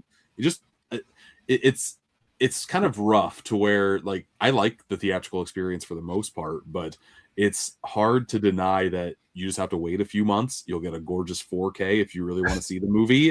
And it looks really good at home too. And there's not a lot of distractions at home, at least when everybody in my house is in bed and I'm downstairs watching stuff. Like, that's a pretty solid setup that I've got too. So the theatrical is great. And I would say if I had to make one change, it'd kind of be the Alamo Drafthouse mode and just like, put your phones away, guys. Like, that's my thing. Like, that is so distracting. And there's so many times where, like, there's people in front of you that are just checking their phone while you're trying to watch the movie, and there's a big bright light that's popping up. That stuff is so distracting to me. I've had it part of, like, I would say at one time I developed like a social anxiety for going to the theater, because I'd had so many bad experiences of parents bringing in little kids to watch a horror movie, and the kids screaming and crying the whole. I forget what the movie was, but the mother finally got tired of the kids screaming, left the theater, and I'm thinking, oh, thank God. She came back without the kid. Maybe 15 or 20 minutes later, here comes an old woman with the kid in hand, just stands in front of the whole theater. Betty, where are you? Betty, you got it. You got to take him back. I can't watch my movie with him. And I'm just going, what the hell is going? Like, this is insane. And it's like, do you go and complain to like the teenager who's running the concession? Like, what are they going to do? Right. Exactly. Yeah. Right. They don't care. They don't care. They're getting paid minimum wage. They're 16, 17 years old. You know, it's terrible. And like I've had that experience. I literally, there was a guy chewing tobacco, kind of the couple of seats behind me, but to my right, and every few minutes I'd hear and splat on the floor. Like, this guy couldn't even bring in a cup. Oh my God. Couldn't even bring in a cup. That's terrible. And like every time he did it, it was nails on a chalkboard. And I remember thinking, like, the poor kid who's going to be in here mopping that crap up. Right. And like, this guy has no consideration for anybody, but he can't wait 90 minutes to chew. He couldn't bring in a freaking cup. I paid my ticket. Yeah, exactly. I'm just gonna spit in the floor, and like, it's running down. Yeah. onto it's the planted. shoes, yeah, of whoever's like, oh my god, No, not me, man. I would have had to oh my definitely say god, something to him. just disgusting, man. But and of course, people, I always get the people behind me who are like, what happened there? And then, well, you see that guy right there killed that feller's wife, and that feller's trying to get revenge. Like it's the most simple, straightforward plot. Now, what's going on? Who the hell's that? It's like, oh Jesus. Or the phones. People forget to turn their phones off, and you hear the awful ringtone. It's like whatever new Justin Bieber tune it is, and instead of them turning it off, hello, no, I'm in the theater. Right. Yeah, the movie sucks. So, but I, like literally at one point I felt like I developed like a social anxiety toward going to the theater because I was just like, so like somebody's going to ruin my experience. It should never be like that. It should never be like that. No. And I stopped unless it was something I really, really wanted to see. I just didn't go. And I'm still kind of that way. Like it's got to be something I really want to see to go to the theater. And also too, I mean, look,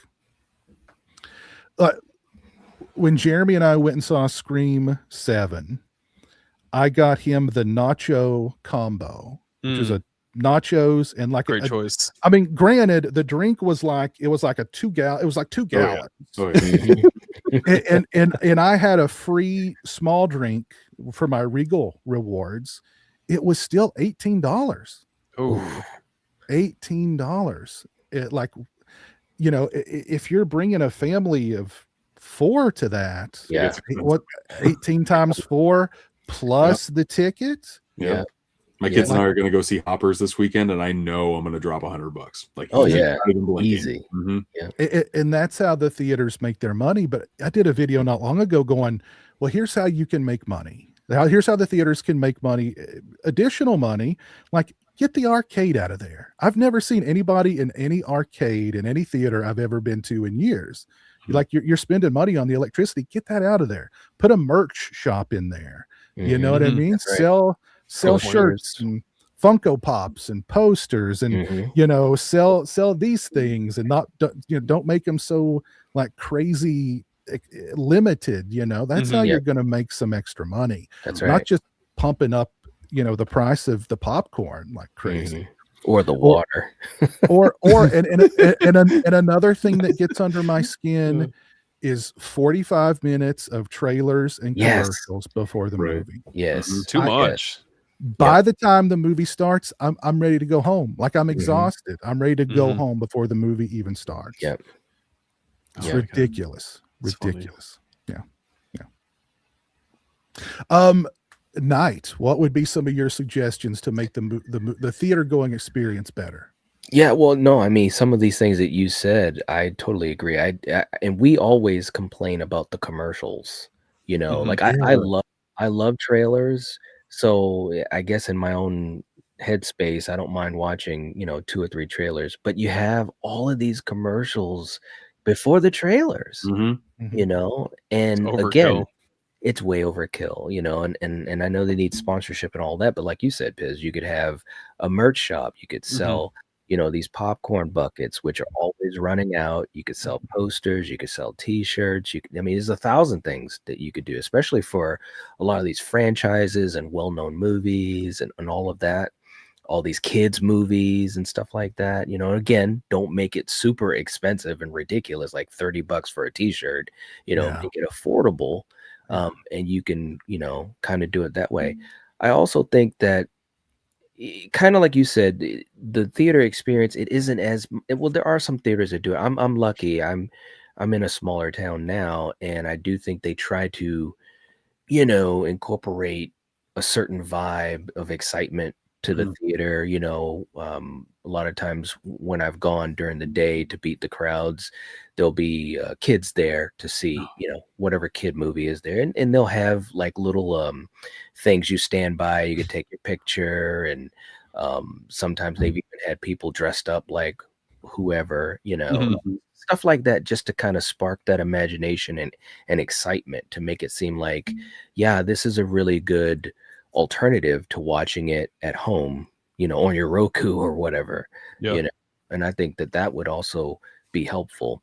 And I agree about just some of the little things with, you know, people and their phones and um, just grossness. You know, I one thing I is Yeah. when I hear someone behind me and they'll be eating whatever, and you could just hear stuff hitting the floor, and it just keeps going for Mhm. like minutes and minutes and minutes on end. It's like, come on, guys, you know, have a little bit of let's get a little bit of class here, you know. Um, and you know, you don't really have anyone from the theater that comes and does the check anymore or whatever. Like when I was a kid, Yeah. they did that, you know. I mean, not through the whole movie, of course, but they'd have their periodically have someone with a little flashlight walking down the aisle and back. That might help too. Mhm. But you know, the window into streaming, it really hurts the theaters. Oh, yeah. Plus, because of the fact that, like you guys said, the theaters are so expensive. Like, Mhm. you know, when there's a movie that comes out, like me and my girl, we took the kids out to see um, Jurassic Park, and it's like we knew it was going to be $100, and it sure as hell was. It's Yeah. a lot of money, you know.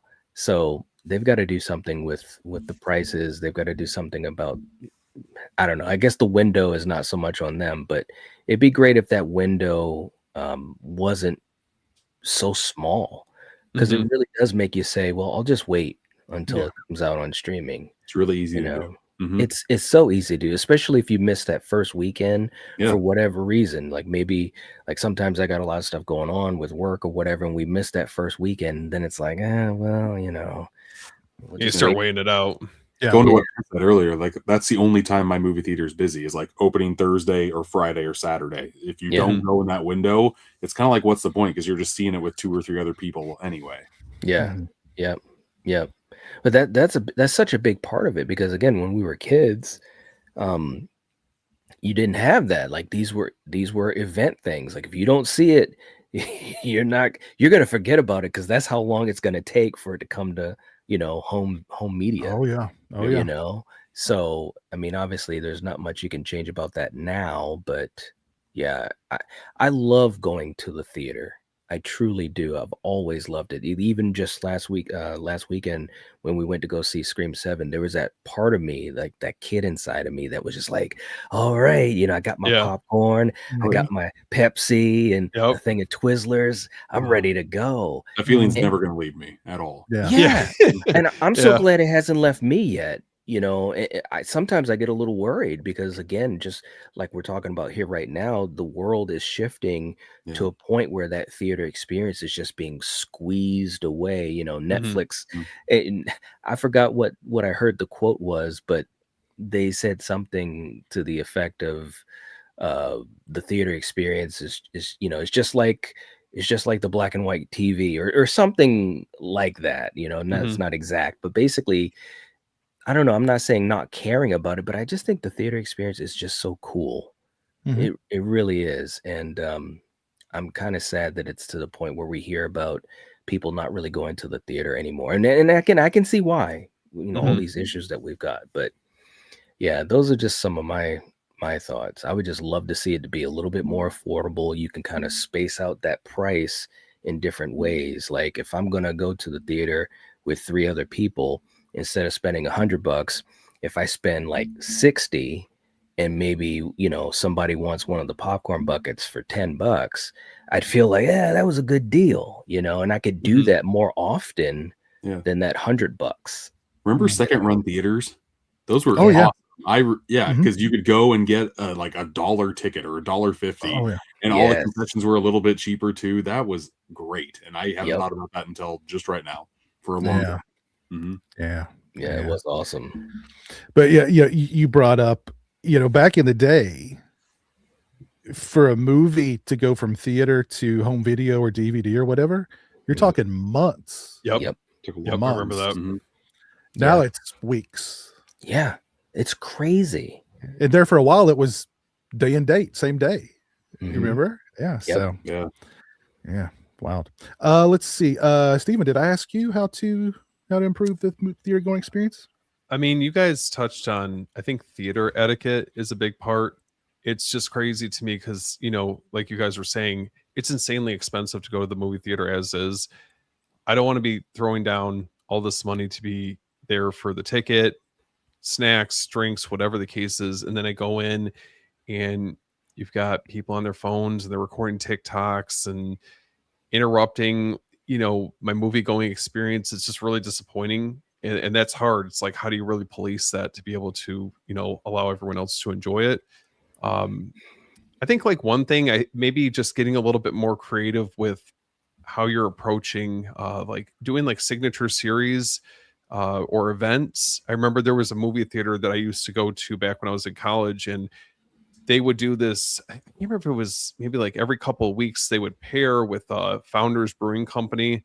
They would pair it with a specific movie, and you could do like, I don't know, it was like maybe like 8 or 9 movies that they would have scheduled, and then they would do some sort of pairing that you could have with a beer. Like I thought it was just creative to, if you drink, you know, it's a cool approach to getting more people in there. Or, you know, bring back some older movies. I know that they do it periodically, but I'll be honest, there's sometimes like we have a drive-in near us, and I look forward to that with older horror movies than I do for new movies, because it's an experience. I go there, have a truck, you know, pull up, make it a whole event out of it. It's like, it's cool to say that I've seen some of these movies like Halloween or Scream or Candyman or Nightmare on Elm Street.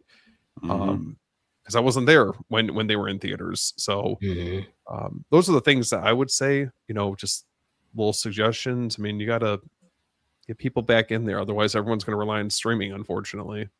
Yeah.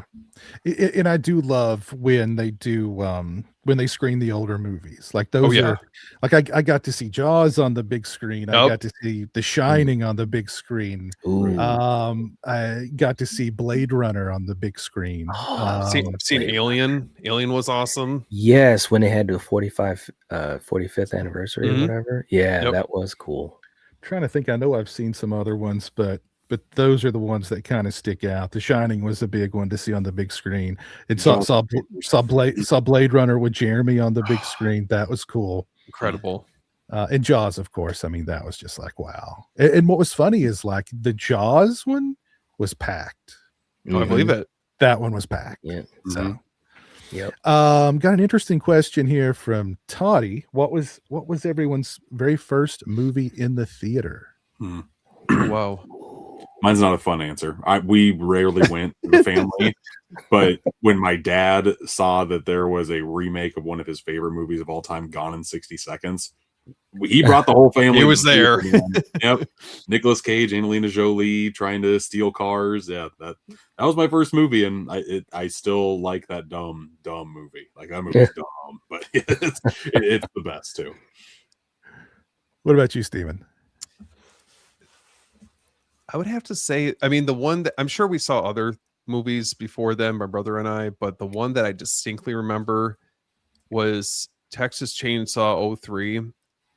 And I was probably like right around the age, I was young enough to know, just like, I probably shouldn't be watching this right now. And I remember telling everybody at school about it. I was like, this shit is so messed up. I can't believe I went to the movie theater to see this. And obviously in hindsight now, I mean, it's, you know, you've been so desensitized to horror films that it doesn't, you know, hold a candle to others. But at the time it was, I don't know. I just remember it was a very memorable experience for sure. What about you, Knight? Yeah, it's tough to remember the very first one, but one that stands out in my mind, well, actually two. Return of the Jedi had come back into theaters, and I can't remember when this was. It was late 80s or whatever, and I was like 7 or 8. And we also saw Mad Max Beyond Thunderdome. Oh, and then that was interesting because, you know, it's just such a vivid movie. It's apocalyptic, it's loud, it's action, and so forth. So that one that one stood out for me as well. Mine is very vivid. The town I grew up in, we didn't have a movie theater. So the nearest movie theater was like 30 miles away, and we didn't have a car. So like it was the first movie I saw in the theater was Jason Goes to Hell. So Oh. I was like 13 by the time Incredible. I saw That's my what we first want, movie yes. in the theater. Yep. Mhm. And I actually went after church with members of my church youth group to watch it. And one of the guy's mothers drove us in her van. Oh my Wow. gosh. And it's still one of the greatest. I mean, like that was an insane experience because it was packed. Mhm. People were freaking out. Mm. And when the glove came up at the end, and when Freddie's glove came up at the end, like people just bounced off the ceiling. It was a great freaking experience. Mhm. Just losing your mind. Yeah. So it was the newest installment in my favorite franchise. I'm 13 or whatever. Like I didn't, like one of my buddies made fun of me because after I got the ticket, I bolted straight for the theater. And my buddy goes, "Well, you're not going to get anything to eat or drink. Is this your first time at the theater?" And he knew it was. Dick. and I was like, "Oh, okay." So I followed him to the concession, and I think I barely had enough money for like a Coke, and one of the other guys was like, "Here's $5, get some popcorn, you loser." So but that was because I was bolting straight for the theater. I was like, screw the concessions. I was just going to get my seat and watch this thing. But yeah, that was my first movie I saw. That's funny. Yeah. So you being a big Friday head, what are your thoughts on that TV show that's coming out later this year? I'm excited to see what they're going to do with it, but I'm kind of like, what can you do with it? Like I feel like I don't know if there's enough there to fill. I'm assuming there's going to be at least 8 episodes that are going to be like, what about an hour long? That's 8 hours. Yeah. And I know they're going to explore Mrs. Voorhees and they'll explore other people in the town, but like, is that going to be like Friday the 13th is very simple. Yeah. Very simple. And if you make it too complex, it's not Friday the 13th anymore. That's true. So I don't know. I'm interested to see what they're going to do with it, but I'm also kind of like, I don't know. Yeah. And like, are we going to get like all the way to the, are we going to see adult Jason at any point? And like, are people going to be invested in it if it's just all Mrs. Voorhees and, I know at one point they were talking about adult Jason, or at least that was part of the idea that at some point that they would. Yeah. I like Linda Cardellini a lot, but I don't know. Mm-hmm. I think that's a great casting choice. They shot it in Jersey where the OG was shot. That's Nice. Great. It's like, I don't know. Do we need to know the Crazy Ralph backstory? Do we need to know like the backstory of the woman who was serving at the diner that night that Steve Christie died? Like, I don't know how they're going to build all this up around characters that aren't Jason. Sure. And then keep it going until we do get to see him, which I'm guessing is probably going to be the last episode, if then really. Yeah. So I don't know. I'm down for it. I'm going to watch it. I'm just kind of like, I don't know. Little hesitant. Yeah, I'm hesitant about it too. Although there's that other part of me that such a big fan of Friday the 13th as well, where I'm just like, let's go. And just hoping that it will be good so that hopefully, we can get something theatrical again. Sure. Yeah. I'll take anything I can get at this point. Right. And you've got to look at, I think what they're doing, and I think this is smart, is I think maybe they're taking their time. Cause I had Mike Nelson on the channel back in December before Silent Night, Deadly Night came out. He did that ad for the Angry Orchard. Angry Orchard. And I was like, so have you pitched? And he was like, yep. He was like, they've got my pitch, and they're looking at many other people's pitches right now. So maybe they're really, hopefully, trying to find the best story for the 13th movie. Has to be. I think the fact that they're taking their time is probably a good thing. That they're not just rushing to throw something out there and it sucks. So I mean, I don't know. I'm hoping for the best. Yep. That's like It's like the last franchise that I feel like at this point, it's like, we've gotten Halloween, gotten Scream. I don't really know how much more you could do with Nightmare on Elm Street, but Oh, you could do a lot more. Oh yeah, you I want, could. I want that more than Jason. Honestly, I love Really? these Krueger. Yeah, that last reboot left such a bad taste in my mouth that I just want anything else new from that franchise. And it's so weird because with Freddy's mythology, it's such a wide lane you could do travel. anything. You really could, Mhm. and but yet, like with Halloween, and I love Halloween, they were able to find a way to bring it back and do some cool stuff at least with 2018 for sure for me. Mhm. They showed it respect. They had an actor in James Jude Courtney that, I mean, I got a chance to talk to him, to interview him. He was just so locked in to the whole mythology of the boogeyman. Like, he wasn't just putting on a mask and walking around. He was like thinking about how the boogeyman walks, how he thinks, why he does what he does, how he moves. And, so they put so much time and respect into that, and to Michael Myers, at least specifically, in that trilogy. And hopefully they can do some really cool stuff with Jason and Freddy. I think he is the best thing about that trilogy. James Oh, Jude yeah. Courtney. When I met him, I told him that there were other people from the trilogy, and he was like, "Oh, thanks, man, I appreciate that."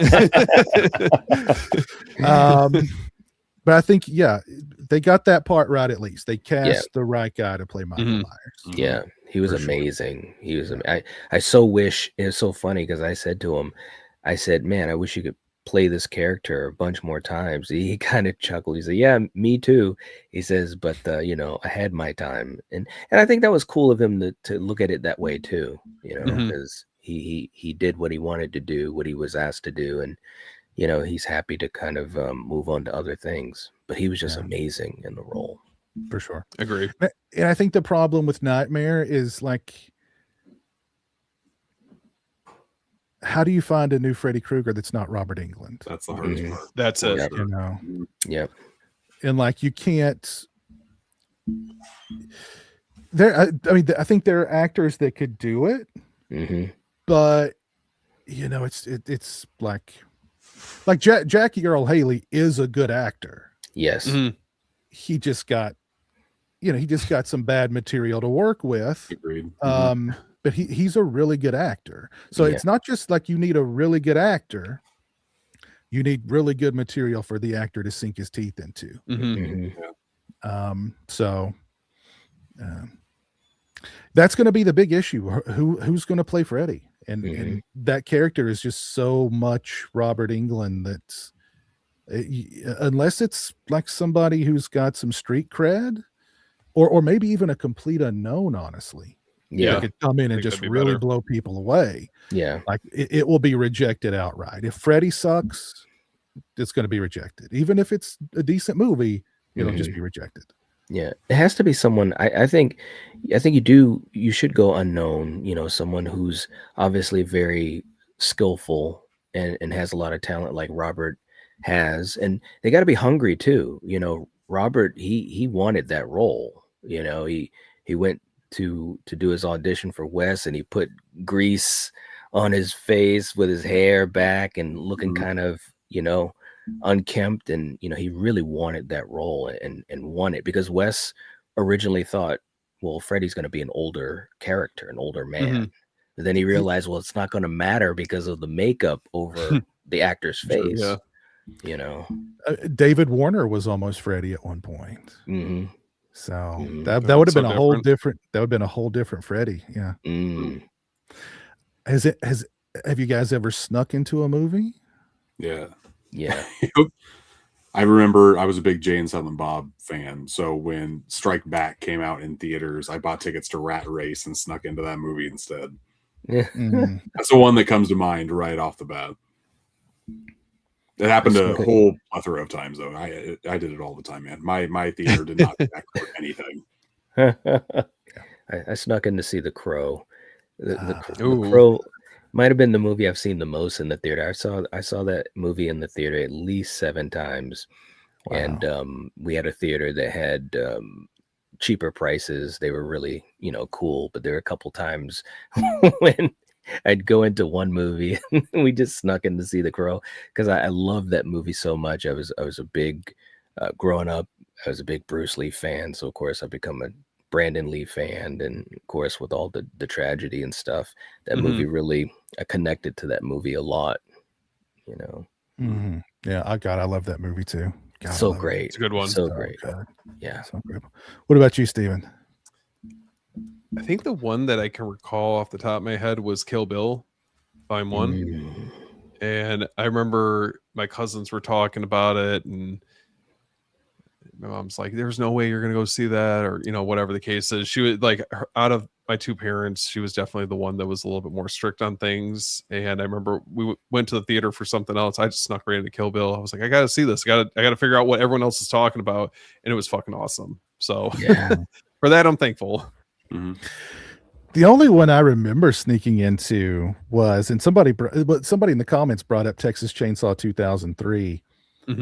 I went with some friends, and they all knew I wanted to watch Texas Chainsaw Massacre, but they all wanted to see whatever John Grisham freaking movie was in the theater at the same time. And I'm like, you got to be freaking really?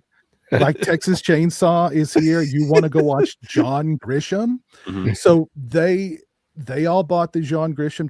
I bought the John Grisham ticket too, and I'm sitting there and I'm fuming. I'm like pissed at my buddies, and I go, I'm going to the bathroom. I got up, walked into Chainsaw, watched Chainsaw.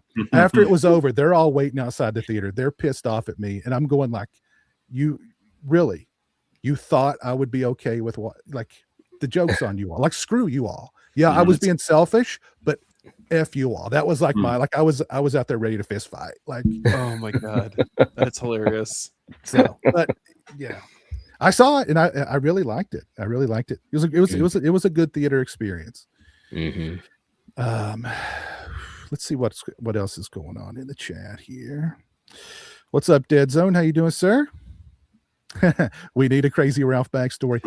Maybe it'll be a great Crazy Ralph backstory. I don't know. Yeah. Maybe it will. Who knows? Let's see. Ralph was right all along. That's right. He really was. Ooh. Morik saw Friday the 13th premiere in 1980. Crazy, I imagine. Oh. That is freaking awesome, man. Wow. That is freaking cool, man. Have you guys seen Friday the 13th on the big screen or any of them? No, not the ones. I did. I saw it on the big screen at the camp where it was filmed in front of the lake. Oh my God. That was an experience. Wow. That's so great. Jealous of that. I remember saying that to you, man. That is so awesome that you got. I'd have goosebumps watching that. Oh, I did. I think I had goosebumps the whole time. It was just so incredible. And then walking to your car, through the woods, pitch black, with like your cell phone light to guide you. That was an experience too. Yeah, right. That was an experience too. So, oh my God, it was Runaway Jury. I'm almost positive and I ran away from Runaway Jury, by the way. I don't blame you. Good call. Yeah, good call in the end. Yeah. I think it was. I think part of the reason they were so pissed off at me was because the movie sucked, and they they knew I watched a better movie. Sure, it's their loss. Yeah, it was. It really was. Well, Jake, everybody knows you're a big physical media guy. Yeah. Steven, you've got quite a collection there behind you. Nider, are you a big collector of physical media too? I would say I'm modestly. There was a time that I had tons of VHS and DVDs, and I kind of downsized quite a bit, especially during one of my last big moves that I had. So now I'm pretty much, I still got a ton of DVDs, but I've got more Blu-rays and 4Ks now. But I wish I could have more. I really do. And I always think to myself, once you open that door, it is no turning back, because once you have 20, it can easily turn to 200 so easily, Right. So now I pretty much just get the really, really special things that I want on 4K, Smart. But yeah, there was a time I probably had easily like 1,800 DVDs. Oh Easily. damn. Yeah. Yeah. It was rough whenever I had to move, especially as a young guy. It's like boxes imagine. full of movies. Right. Yep, I had that experience. I had that experience one time. Yeah. So I want to, you know, people have been declaring the death of physical media for like I think a decade at this point, and it just keeps sticking Yeah. around. You know what? Let me start with you, Jake. What do you think the future of physical media is going to look like? Well, actually, in the past like couple of months, I've actually seen like resurgence from actual Mhm. different like variety and random news outlets saying that this new younger generation wants to have the idea of owning something actually like and holding it in their hands, which makes me so happy because that's why I fell in Mhm. love with this stuff in the first place too. The Mhm. video store example, just kind of scrolling through everywhere, picking up something because artwork screams at you, picking it up, reading what the movie's about, and either checking it in or looking on for the next one. It's exciting to me that the younger generation wants to feel that as well. And I want to say I heard that for the past like few years, physical media sales have been down like 20% year over year over year. In 2025, it was only down 9%. And that's mostly due to this younger generation just buying DVDs and having their own little collections, which is very Mhm. cool to see. So I'm hoping that if we stay in that little realm, maybe go up a little bit instead of going down, that's when I'll be like, okay, maybe it's not so bleak after all. If those numbers start going up instead of celebrating it only went down single digits instead of double Yeah. digits. Well, I mean, it's about time Gen Z did something right. So, Oh. and you know, they have embraced physical media because they've grown up in an era where you don't own anything. You don't own the video games you play. You don't own No. the movies that Yeah. you own. The music. The music. No, and they've probably been screwed over a great many times by, you know, just because you bought a movie on a streaming service doesn't mean you own it. It That's can right. go away, or it can be 100%. it can be censored, or licensing agreements could remove it from the platform, Right. and you're just, oh well. Same thing with music, licensing agreements, or say the song 10 years ago was fine, but now it's considered inappropriate for whatever reason, and now it's gone. Mm-hmm. Well, plus all Um, these people are going from their parents' house, probably sharing passwords, all that jazz. A lot Yeah. of these services are starting to crack down on that. Yep. So mhm. these kids right out of college definitely don't want to spend $80-$100 a month on all of their subscription services. Like that stuff adds up very quickly. Very So quickly. in order Yeah. to just own a handful of stuff that you like, to me, that's a win in my book. Like that's Oh what yeah. physical media is all about. Just making you can pop it in whenever you want to, and it's not going to go anywhere. Yep. Exactly. Yeah. And that's, we've seen more and more censorship of episodes of The Office just disappearing, episodes of The Simpsons just disappearing, So weird. movies being since being edited on streaming platforms. Yeah. Yep. That doesn't happen if you own it. That's right. If they take a movie off of Netflix, it's Yeah. gone.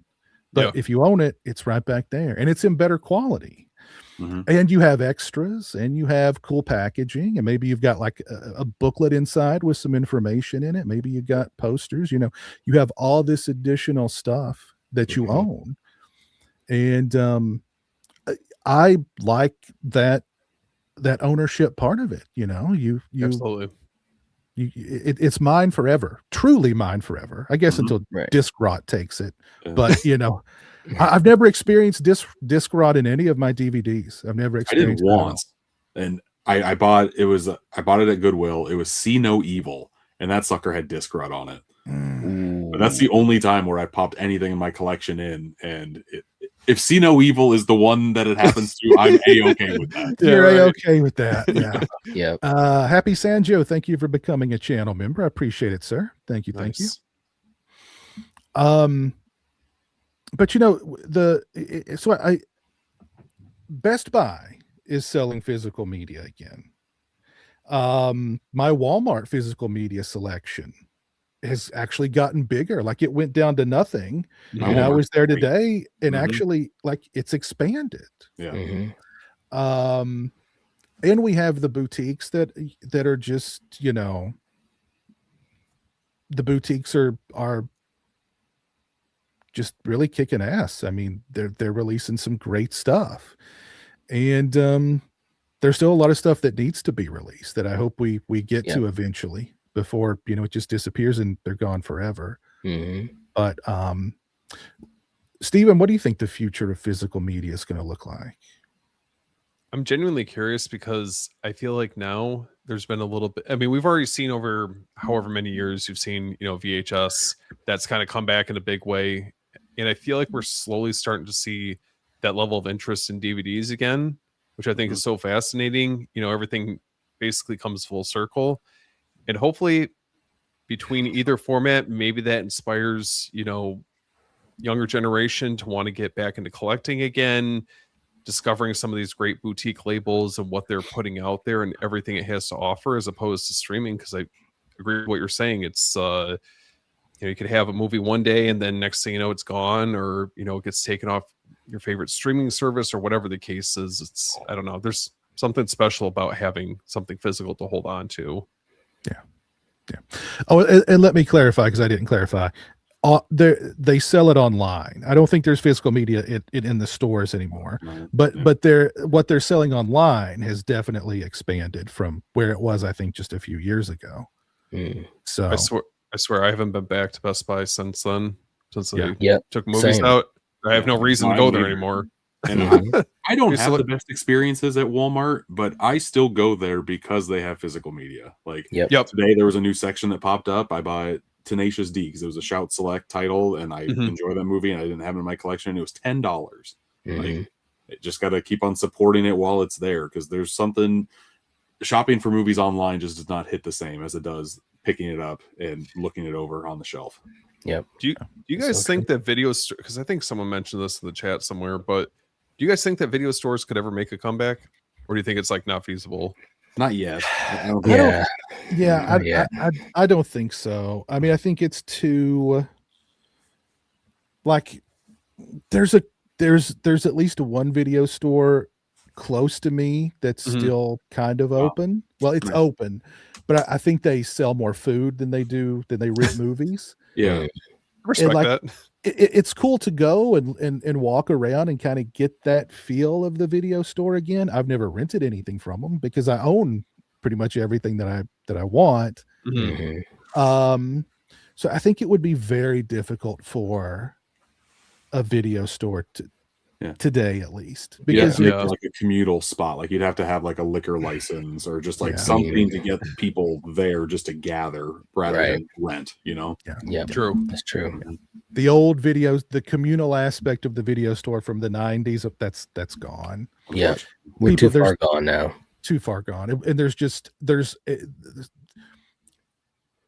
we're overwhelmed with variety now when you get on the streaming platforms. Like, I spend more time scrolling through looking for stuff than I do watching stuff, because there's just so much. So true. You know, I'll turn on, you know, the TV, and you know, I'm thinking, oh, I want to watch something, and there's just too much.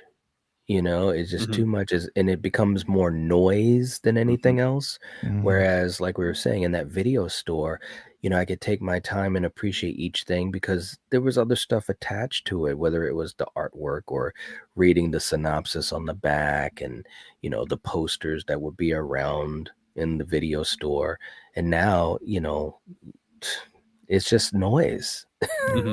It really is. Well, I think Jake said it earlier, like it was an adventure, like but I mean, it really was, because I mean, you had to leave your house, you had to get ready, you had to drive there. So it's like you were going there to rent something, regardless of what. Kind of the same feeling you get going to a movie theater now. Like, it was an event. Like, you wanted to go there because you knew something special was going to happen. Whether you picked it up, like, I don't know.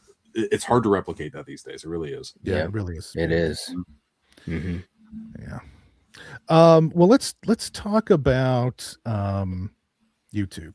What inspired you guys to start your channels? And Chris, I want to start with you. What inspired you to add your voice to the YouTube movie community? Wait for who? You. Oh, wait, Steve? Did you say Chris? No, did I say Chris? I meant Steve. Yeah. Did I say Chris? I'm sorry. Yeah, Chris is I don't know where that right? I don't know where that came from. You're still angry at him. No, just I kidding. think it is. I'm still pissed at you. I was like, what? Yeah, so I think, I mean, I haven't really been doing it for all that long like that. You know, I have like the YouTube channel, but also a co-host on Beyond the Blood with Chris. I would say mostly, I mean, I think having a lot of video store memories and the video store experience that I had growing up, that was the inspiration why I wanted to share that love of movies on YouTube like that, or through the podcast as well. So just finding different ways to be able to connect with you guys and other physical media collectors. I don't know. It's just really special. And I feel very thankful to have these connections that way. So, yeah. And Richard and S'mores and Doors brings up a great point too. Like, libraries are now the video stores of today. Yep. Yeah. They sure Like, are. the library that Jeremy and I go to all the time, they've got a great selection That's of awesome. movies that you can rent, you know. Mhm. So, yeah. Knight, what inspired you to start your YouTube journey? Well, it was actually kind of out of tragic circumstances in a way, which is kind of crazy to even think about now. But when COVID had hit, I was at the time I had a job where working with folks in crisis and facilities and things like that. So it wasn't like I was laid off, but we had to take certain precautions that were different. So I was much more away from people than I had ever been. And of course, we had the lockdowns and things like this. So, once I got home, you're just home. You don't go out anywhere, unless it's for something super important, essential or something like that. So after about a couple weeks of going crazy, because I'm not around people, I actually started to almost do watch party type of things with my brother who lived in another state and two of my cousins. And we would literally get together just like this on Zoom, and we'd watch, Predator or Friday the 13th or Halloween. And it was almost like we were kids again.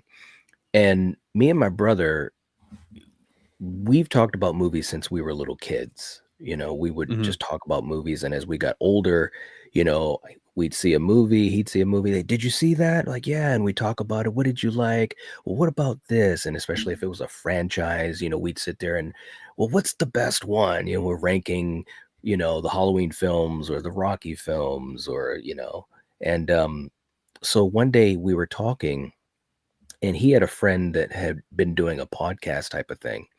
Not super serious or anything, but I guess my brother had talked a little bit on one of them or something like that. And I said, yeah, people do stuff on YouTube. And he's like, yeah. And I had no idea about how anything on YouTube worked whatsoever. But at the time, I had watched some folks that would talk movies, like the Stuckmans and those type of guys and stuff like that. And I said, man, we could talk about movies. We've talked about movies since we were 10 years old. And he was like, yeah, that sounds like a great idea. And he works in a hospital. He said, well, if you put a channel together, I'll jump on from time to time, and I was trying to make it seem like it was like a 50-50 thing, but he had a really tough schedule. So I had so much time on my hand. So I kind of just watched some more videos than I usually would. I'd watch something every once in a while anyways, especially when a great movie came out. So I started a channel, and I remember I did I think my first review, it might have been on The Thing. It might have been. It was horrible.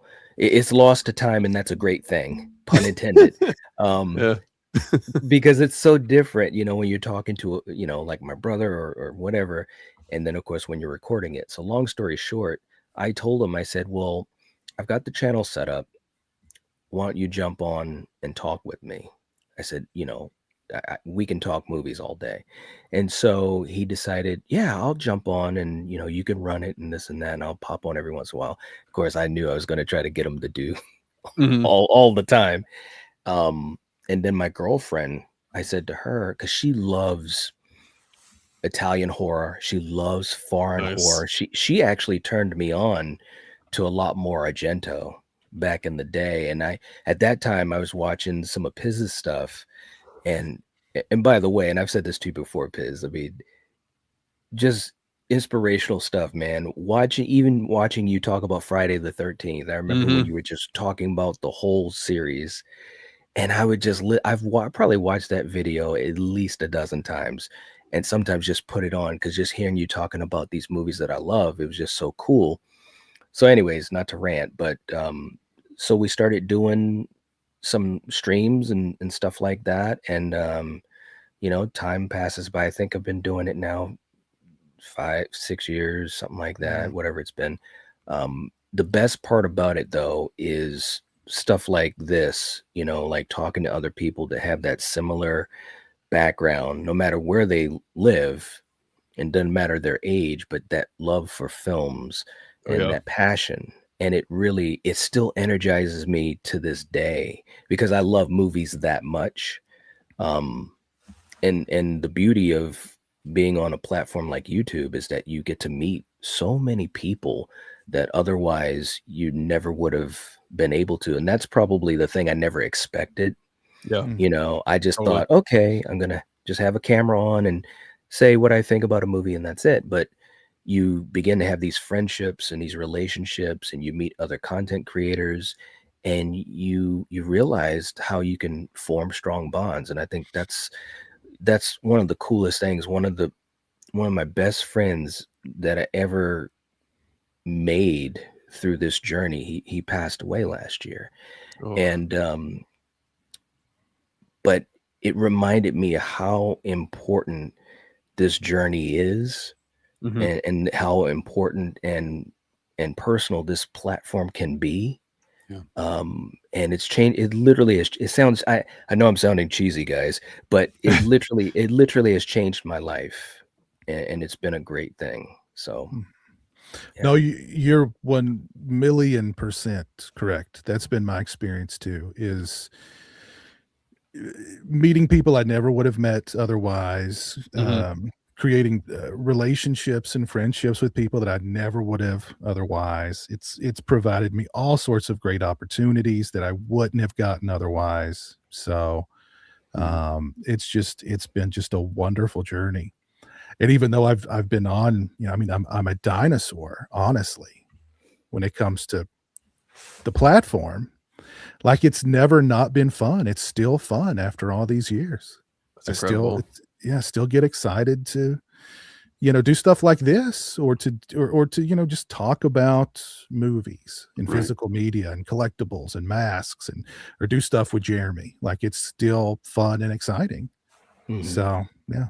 And Piz, you feel like you get this connection to people, you know, like I feel like I know these creators, you know, or like when you have Jeremy, it's like I feel like I know Jeremy, you know, and it's Mhm. like it's such a cool thing, you know. Mhm. This is such a cool platform to be able to do what we do.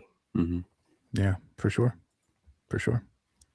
I was gonna say, Piz, you put me onto a lot of slashers I had no clue about. I remember I was like cycling through like playlists that you had. Like this is back when I was getting back into collecting like that. But oh my gosh, the amount of like slashers I wasn't familiar with, and I can appreciate that. Yeah, that's, you know, and also, you know, the feedback that I've gotten over the years is really great too. Stuff like that. Like, you know, I'd never heard of this movie. You reviewed it and now like Yep. I love it. Like, thank you for that. Or, Yeah. you know, even deeper stuff. Like, I've gotten some great messages from people who, you know, like, your stuff helped me get through this or get through that. And like, you know, it's like, wow. Those are the best. Yeah. You really, and I still don't think about it today. Like, I don't make a video thinking about how many people will watch it or how far, or, you know, how far it will go. But it's just so it's cool to something positive out of just a heavy set guy in Kentucky talking about some, you know, bad movie. Like something positive can come from Yeah. that. Yeah. Mhm. Right. Yeah, it's Yeah. it's really cool. It's really cool. I've gotten a lot of great messages from people over the years that have been Mhm. really inspiring, and just, you know, it proves, like, you know, you can, what we do has a positive impact, and it can go out all over the world. You know what I mean? So it's really cool. What about you, Jake? What interested you about YouTube? Let's see here. To make a long story short, 2017, a group of friends and I started a podcast and started a YouTube channel, that type of thing.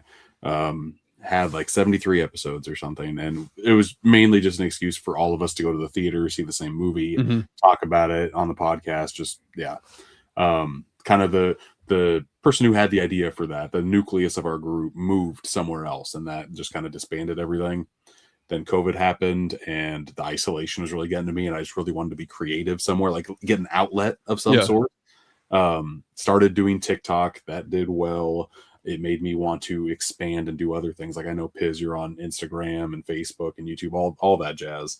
I kind of did the same thing, and YouTube is always, I can subscribe to as many streaming services as I want to. I watch the most YouTube, and it's free. Like, I don't understand why I'm paying this much money for a lot of different services. YouTube has always been special for the longest time, and it took me a long time just to figure out what I wanted to do on the space. And I feel like that's with a lot of people trying to start out. Like, how am I going to stand out here? And then my advice would just be to start, because it took me a year and a half before I'm like, okay, just screw it, just do your own thing. And YouTube has been great because it's able to, I love long form content, and you're not able to do that really anywhere else. And you can just kind of unleash your thoughts on whatever you're feeling in any subject. For me, it's movies and collecting physical media, and there will be a community out there that has to either like or dislike what you say, and they'll let you know it a lot. But I can't get enough of it. And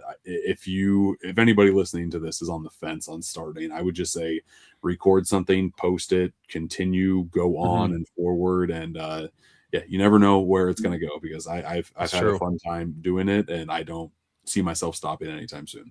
Yeah. And I would add to that, have reasonable expectations. Like, you're not gonna, that first videos.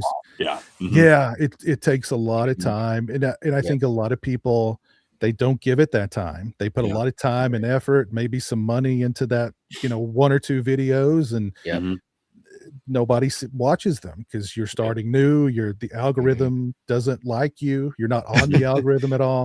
Right. And they go, well, that was a waste of time and money and effort. You know, a good run. And they split. So I think you have to have reasonable expectations, and you have to have like a long haul mentality of like, it's gonna take time. You have to be ready for the roller coaster. You've got to almost expect the roller coaster of things that are going to happen. But if you truly have a passion for it, and you really like, it's something that you love, that's a really good start, because you need that, you know. Like, if I enjoy baseball, but I can't do a channel on baseball because I don't have enough passion for it to sustain through those dark times, those tough times. But with movies, and especially horror, I mean, you know, it sustains me. And I think a lot of people, especially younger people, like I was having dinner with some people the 2-3 weeks ago, and one of them found out that I did YouTube, and she was like, "Oh, are you rich?"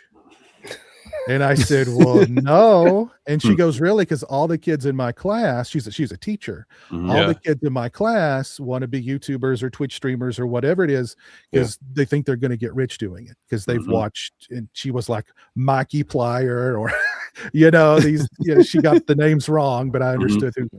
They watch these people, and they go, "Well, I can play video games and talk about them on stream.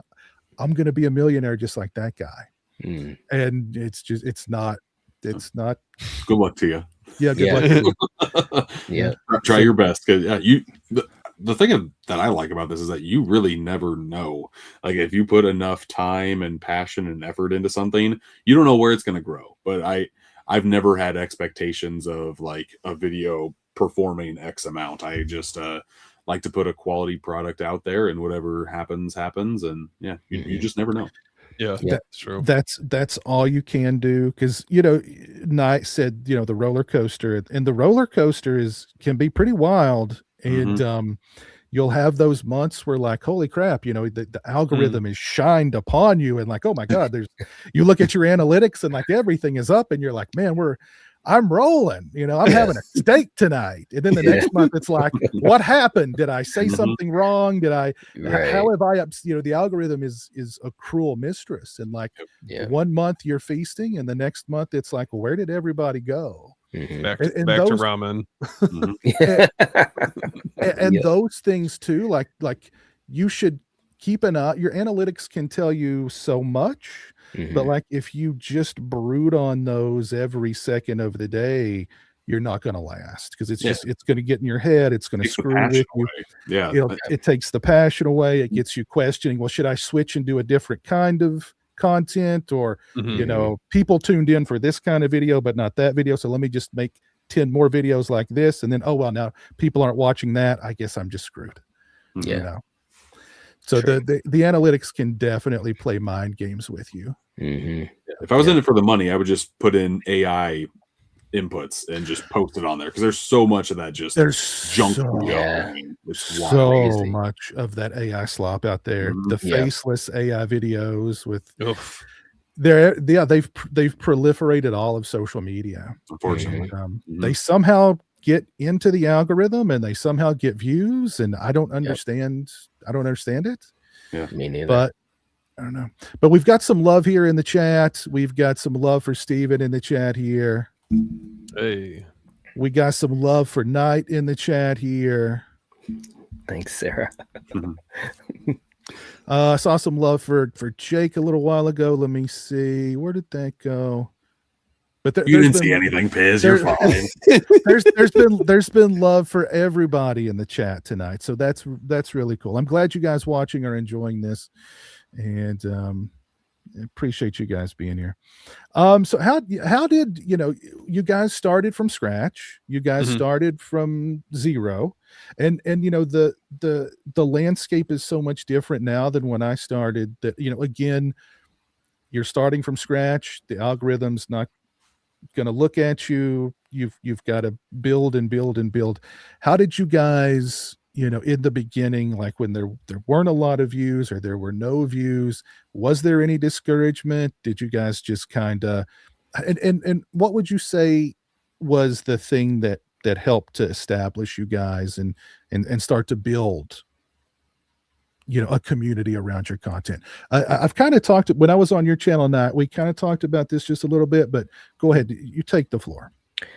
Well, I think that for me, again, just enjoying to talk about movies was like such a big thing. So when I first started doing YouTube, for better or for worse, I did a lot of live streaming at first. Okay.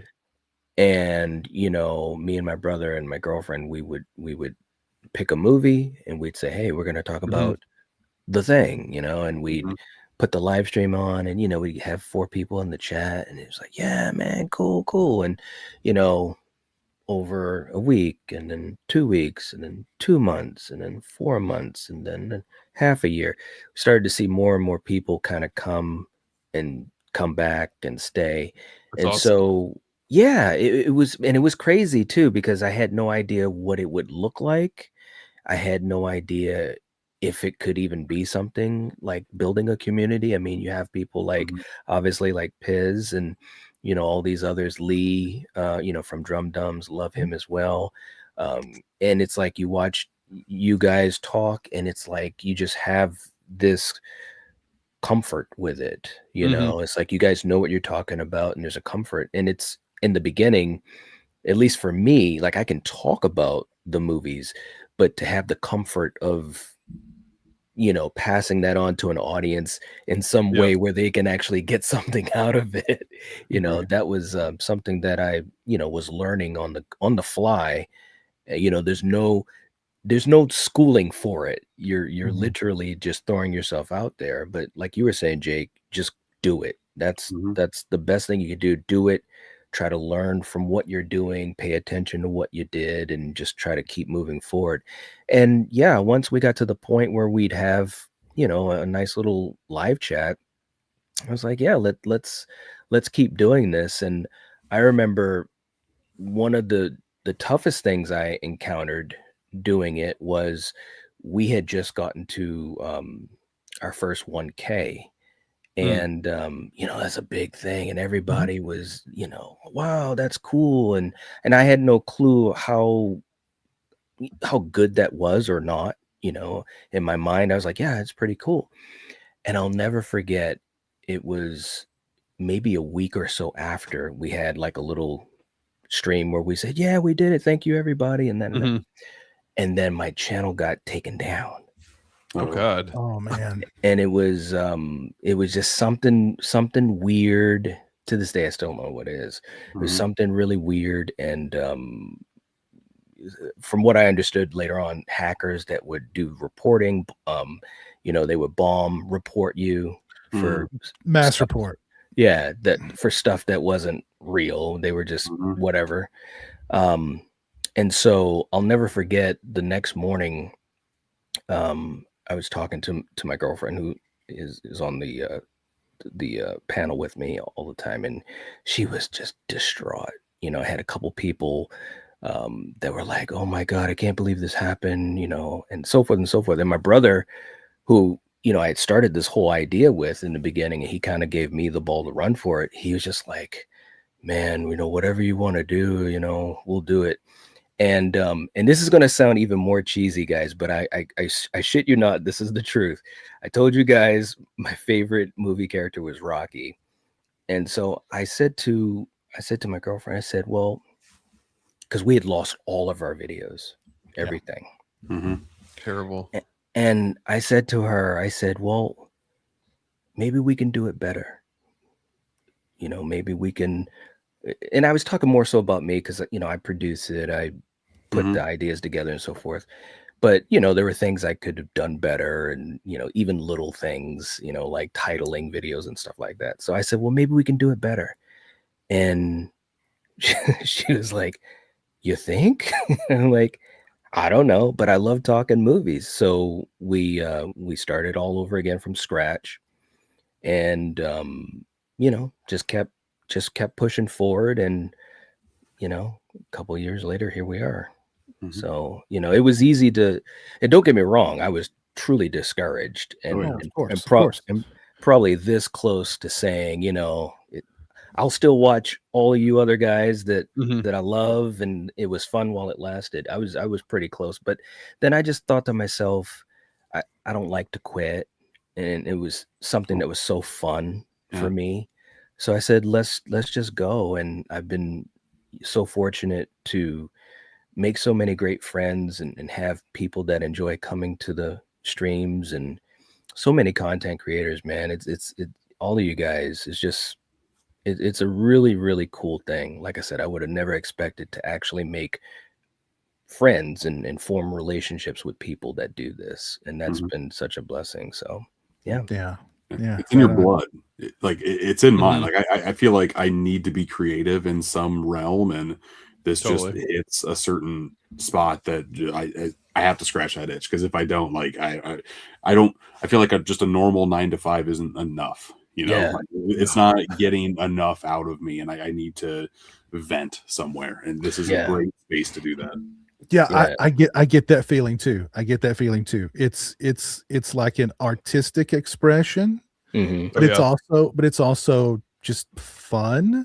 Mhm. And it's something where I don't know, I feel like I can be more myself than like almost even like with or maybe this is weird to say, but like I feel like I can be more myself in this milieu than like with friends in public sometimes, honestly. Yeah. Mhm.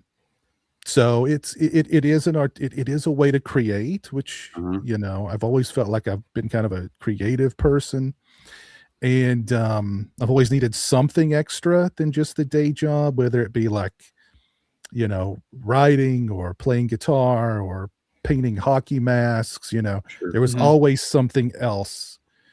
But yeah. Steven, I think when did you say you started? Are you the baby of the bunch here in YouTube? I think I am. I am nowhere close to any of you guys, but yeah, kind of going back to what you guys were saying earlier. I mean, I haven't had that much time on YouTube like that, but I remember trying to come up with like the perfect way to get into it. I mean, obviously I'd watch Piz, your channel, Christian from Planet CHH, Garrett from Born to Be Rad, and those were like even Ken and Mid-Level Media, and those were the channels that inspired me to get back into collecting like that. And I was like, that's crazy that there's these dedicated channels out there where there's very down to earth guys that are into the same movies that I'm into. And I was like, you know what? Like, I can't imagine it'd be that bad to, jump into this, at least give it a shot. Problem is that you start planning, and you don't actually do anything. It took me a little Right. bit to finally pull the trigger. I just said, F it.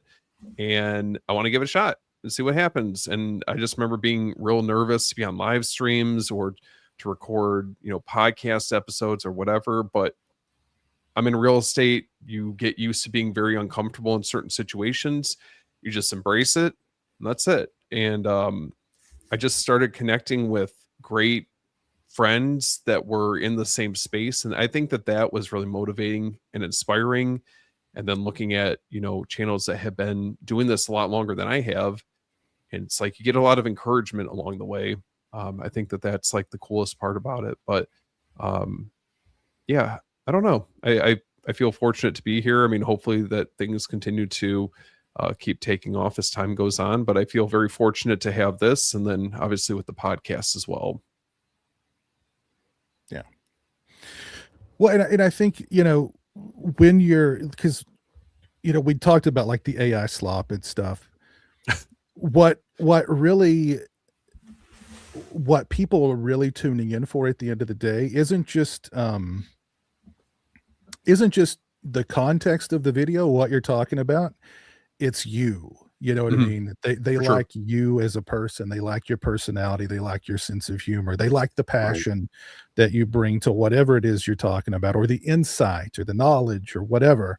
Yeah. So that's ultimately, I think, that's what people connect with, and that's what gets you, those ride or dies, like the people who, I mean, there's people. I get comments from people on my channel now who have been there for 10 years or longer. Crazy. So yeah, so they like something about me. I don't know what. Oh, come on, man. So, but yeah, it's that's what gets you the audience, and like people can sense if you're fake, and like, and if they can't, eventually they will. Like if you're putting on airs or you're playing some kind of character who's not who you really are, Yeah. that mask will eventually slip, and people will leave. Yeah. I will say, and Piz, I'm sure you can attest to this, but I felt like the one moment kind of, more so on the podcast side of things that was just so crazy to me was getting an opportunity to interview Adam Marcus, director of Jason Goes to Hell. Mhm.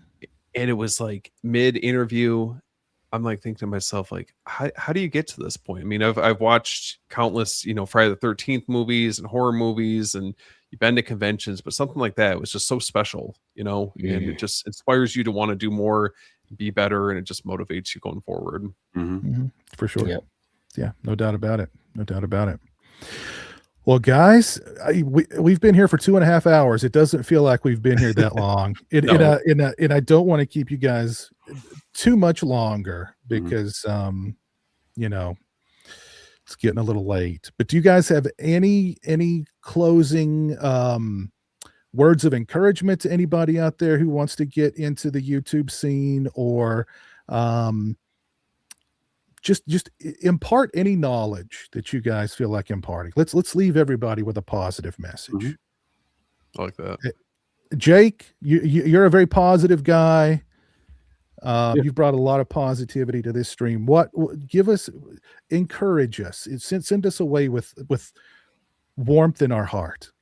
Well, again, kind of sticking to the content creation side of things. I've been doing it for a while, and I can speak personally to where, like, just don't overwhelm yourself with stuff. Try to go at a snail's pace at first, and if you want to ratchet it up, do so, but just don't try to put too much out there too fast, because burnout is a real thing, and Mm-hmm. some of these emotions that you have can kind of go in waves on it feeling like work and it just feeling like a hobby that you like to do. So just kind of stick at your own pace, don't overwhelm yourself, and I enjoy what I do right now, so hopefully you can do the same. Yeah, Mm. definitely. Yep. Knight, what about you, my friend? Yeah, I would say just be yourself. You Mhm. know, everyone has that certain something that they can bring to the table, and if you're doing what we're doing, you know, talking about movies or what have you, um, you know, just have fun with it. You know, be realistic, of course. I know for me, because you know I have a 9 to 5, and it's very mentally taxing. You know, working with folks and helping families and so forth. So you also have to kind of maneuver your content creation in a certain way. Like I kind of have a schedule of sorts. You know, there's certain days where I have great availability, and I know that, and I try to, you know, stay within those confines, and then that way I don't burn out that way. And especially when you're first beginning, you know, if you have someone that you watch and you like what they do, you know, pay attention to those things, you know, Mhm. feel free to reach out to those folks and ask them Mhm. questions, Totally. you know.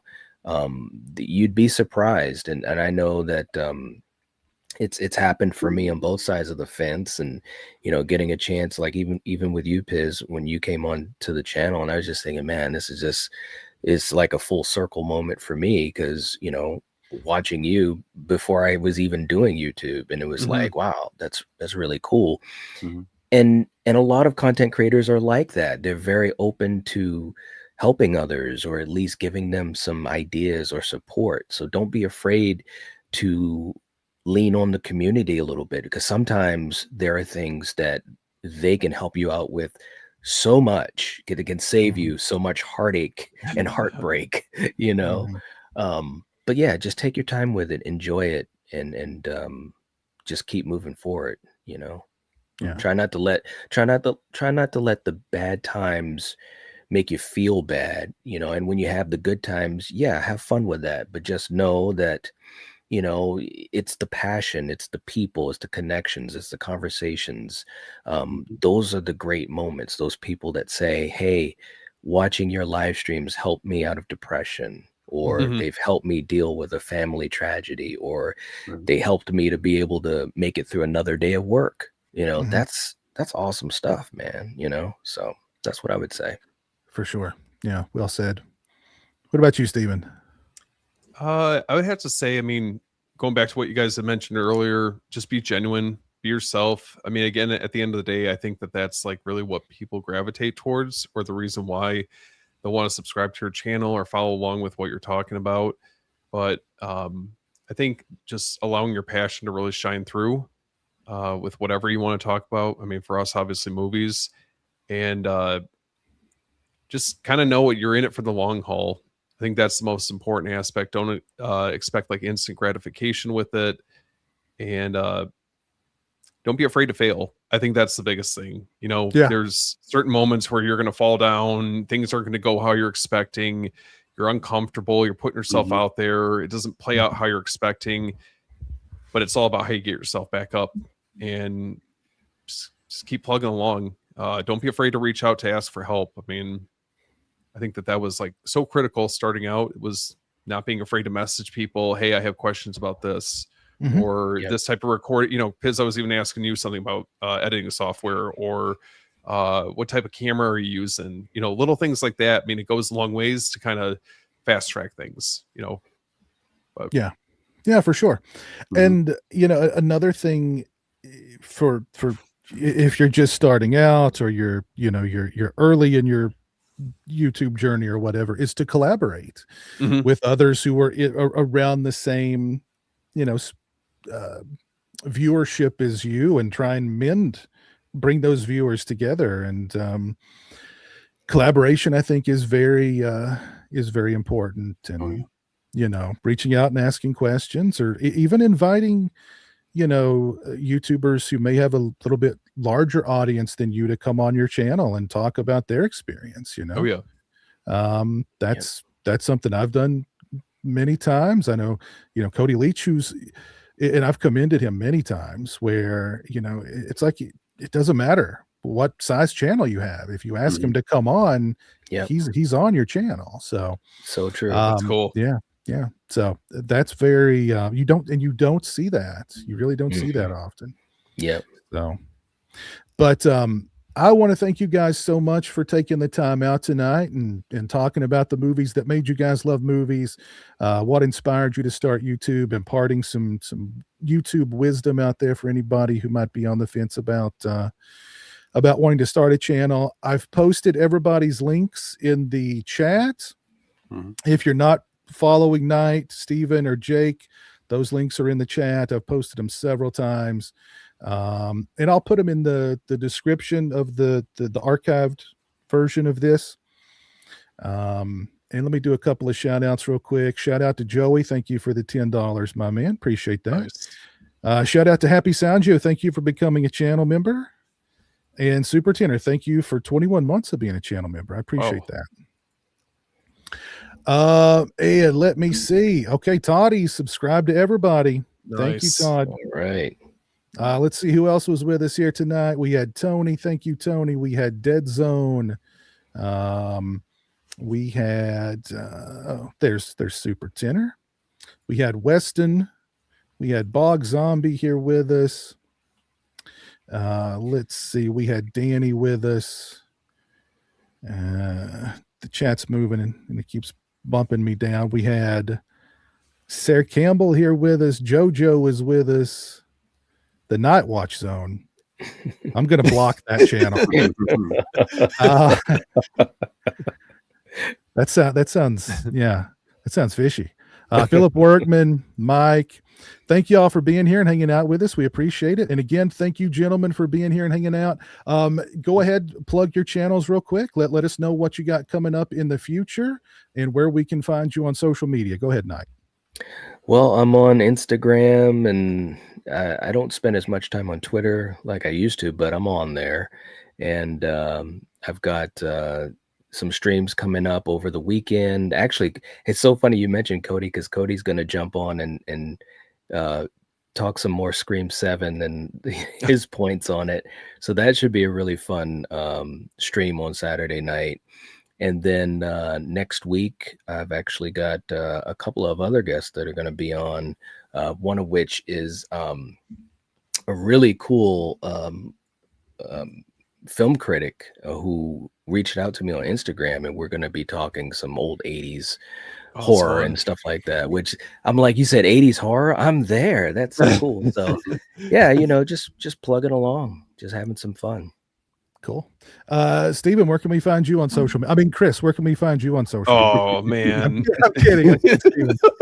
Did I really say Chris? I thought you did. You did. Wrong. You did. I didn't want to call you. Okay. Yeah. My bad, Steven. I'm sorry. I don't know where that came from. Trauma comes in many forms. It No, does. just kidding. You guys can find me at After Hours Video. Hours is abbreviated. I'm on Instagram, TikTok, YouTube, all over the place. And then just dropped a new episode on Beyond the Blood, where we went over our pickups for the month, or for the last month. And we actually have an episode that we're going to be doing a deep dive into Event Horizon coming up soon. So I'm super pumped for that. Nice. Jake, where can we find you? I post daily videos on TikTok, Instagram, Facebook, YouTube at Steelbook Obsessed. This weekend, I should have a new podcast up of Boutique Talk, where I talk with Frank's Media and Review. about our most expensive pieces in our collection. I've never looked that up before, and what I found was kind of wild. So that should be a fun episode. And later this month, from Umbrella, I have my first produced piece of physical media that I actually like did the interviews, and it's for the movie The Dirties. Matt Johnson has a movie out now called Nirvana, the band, the show, the movie.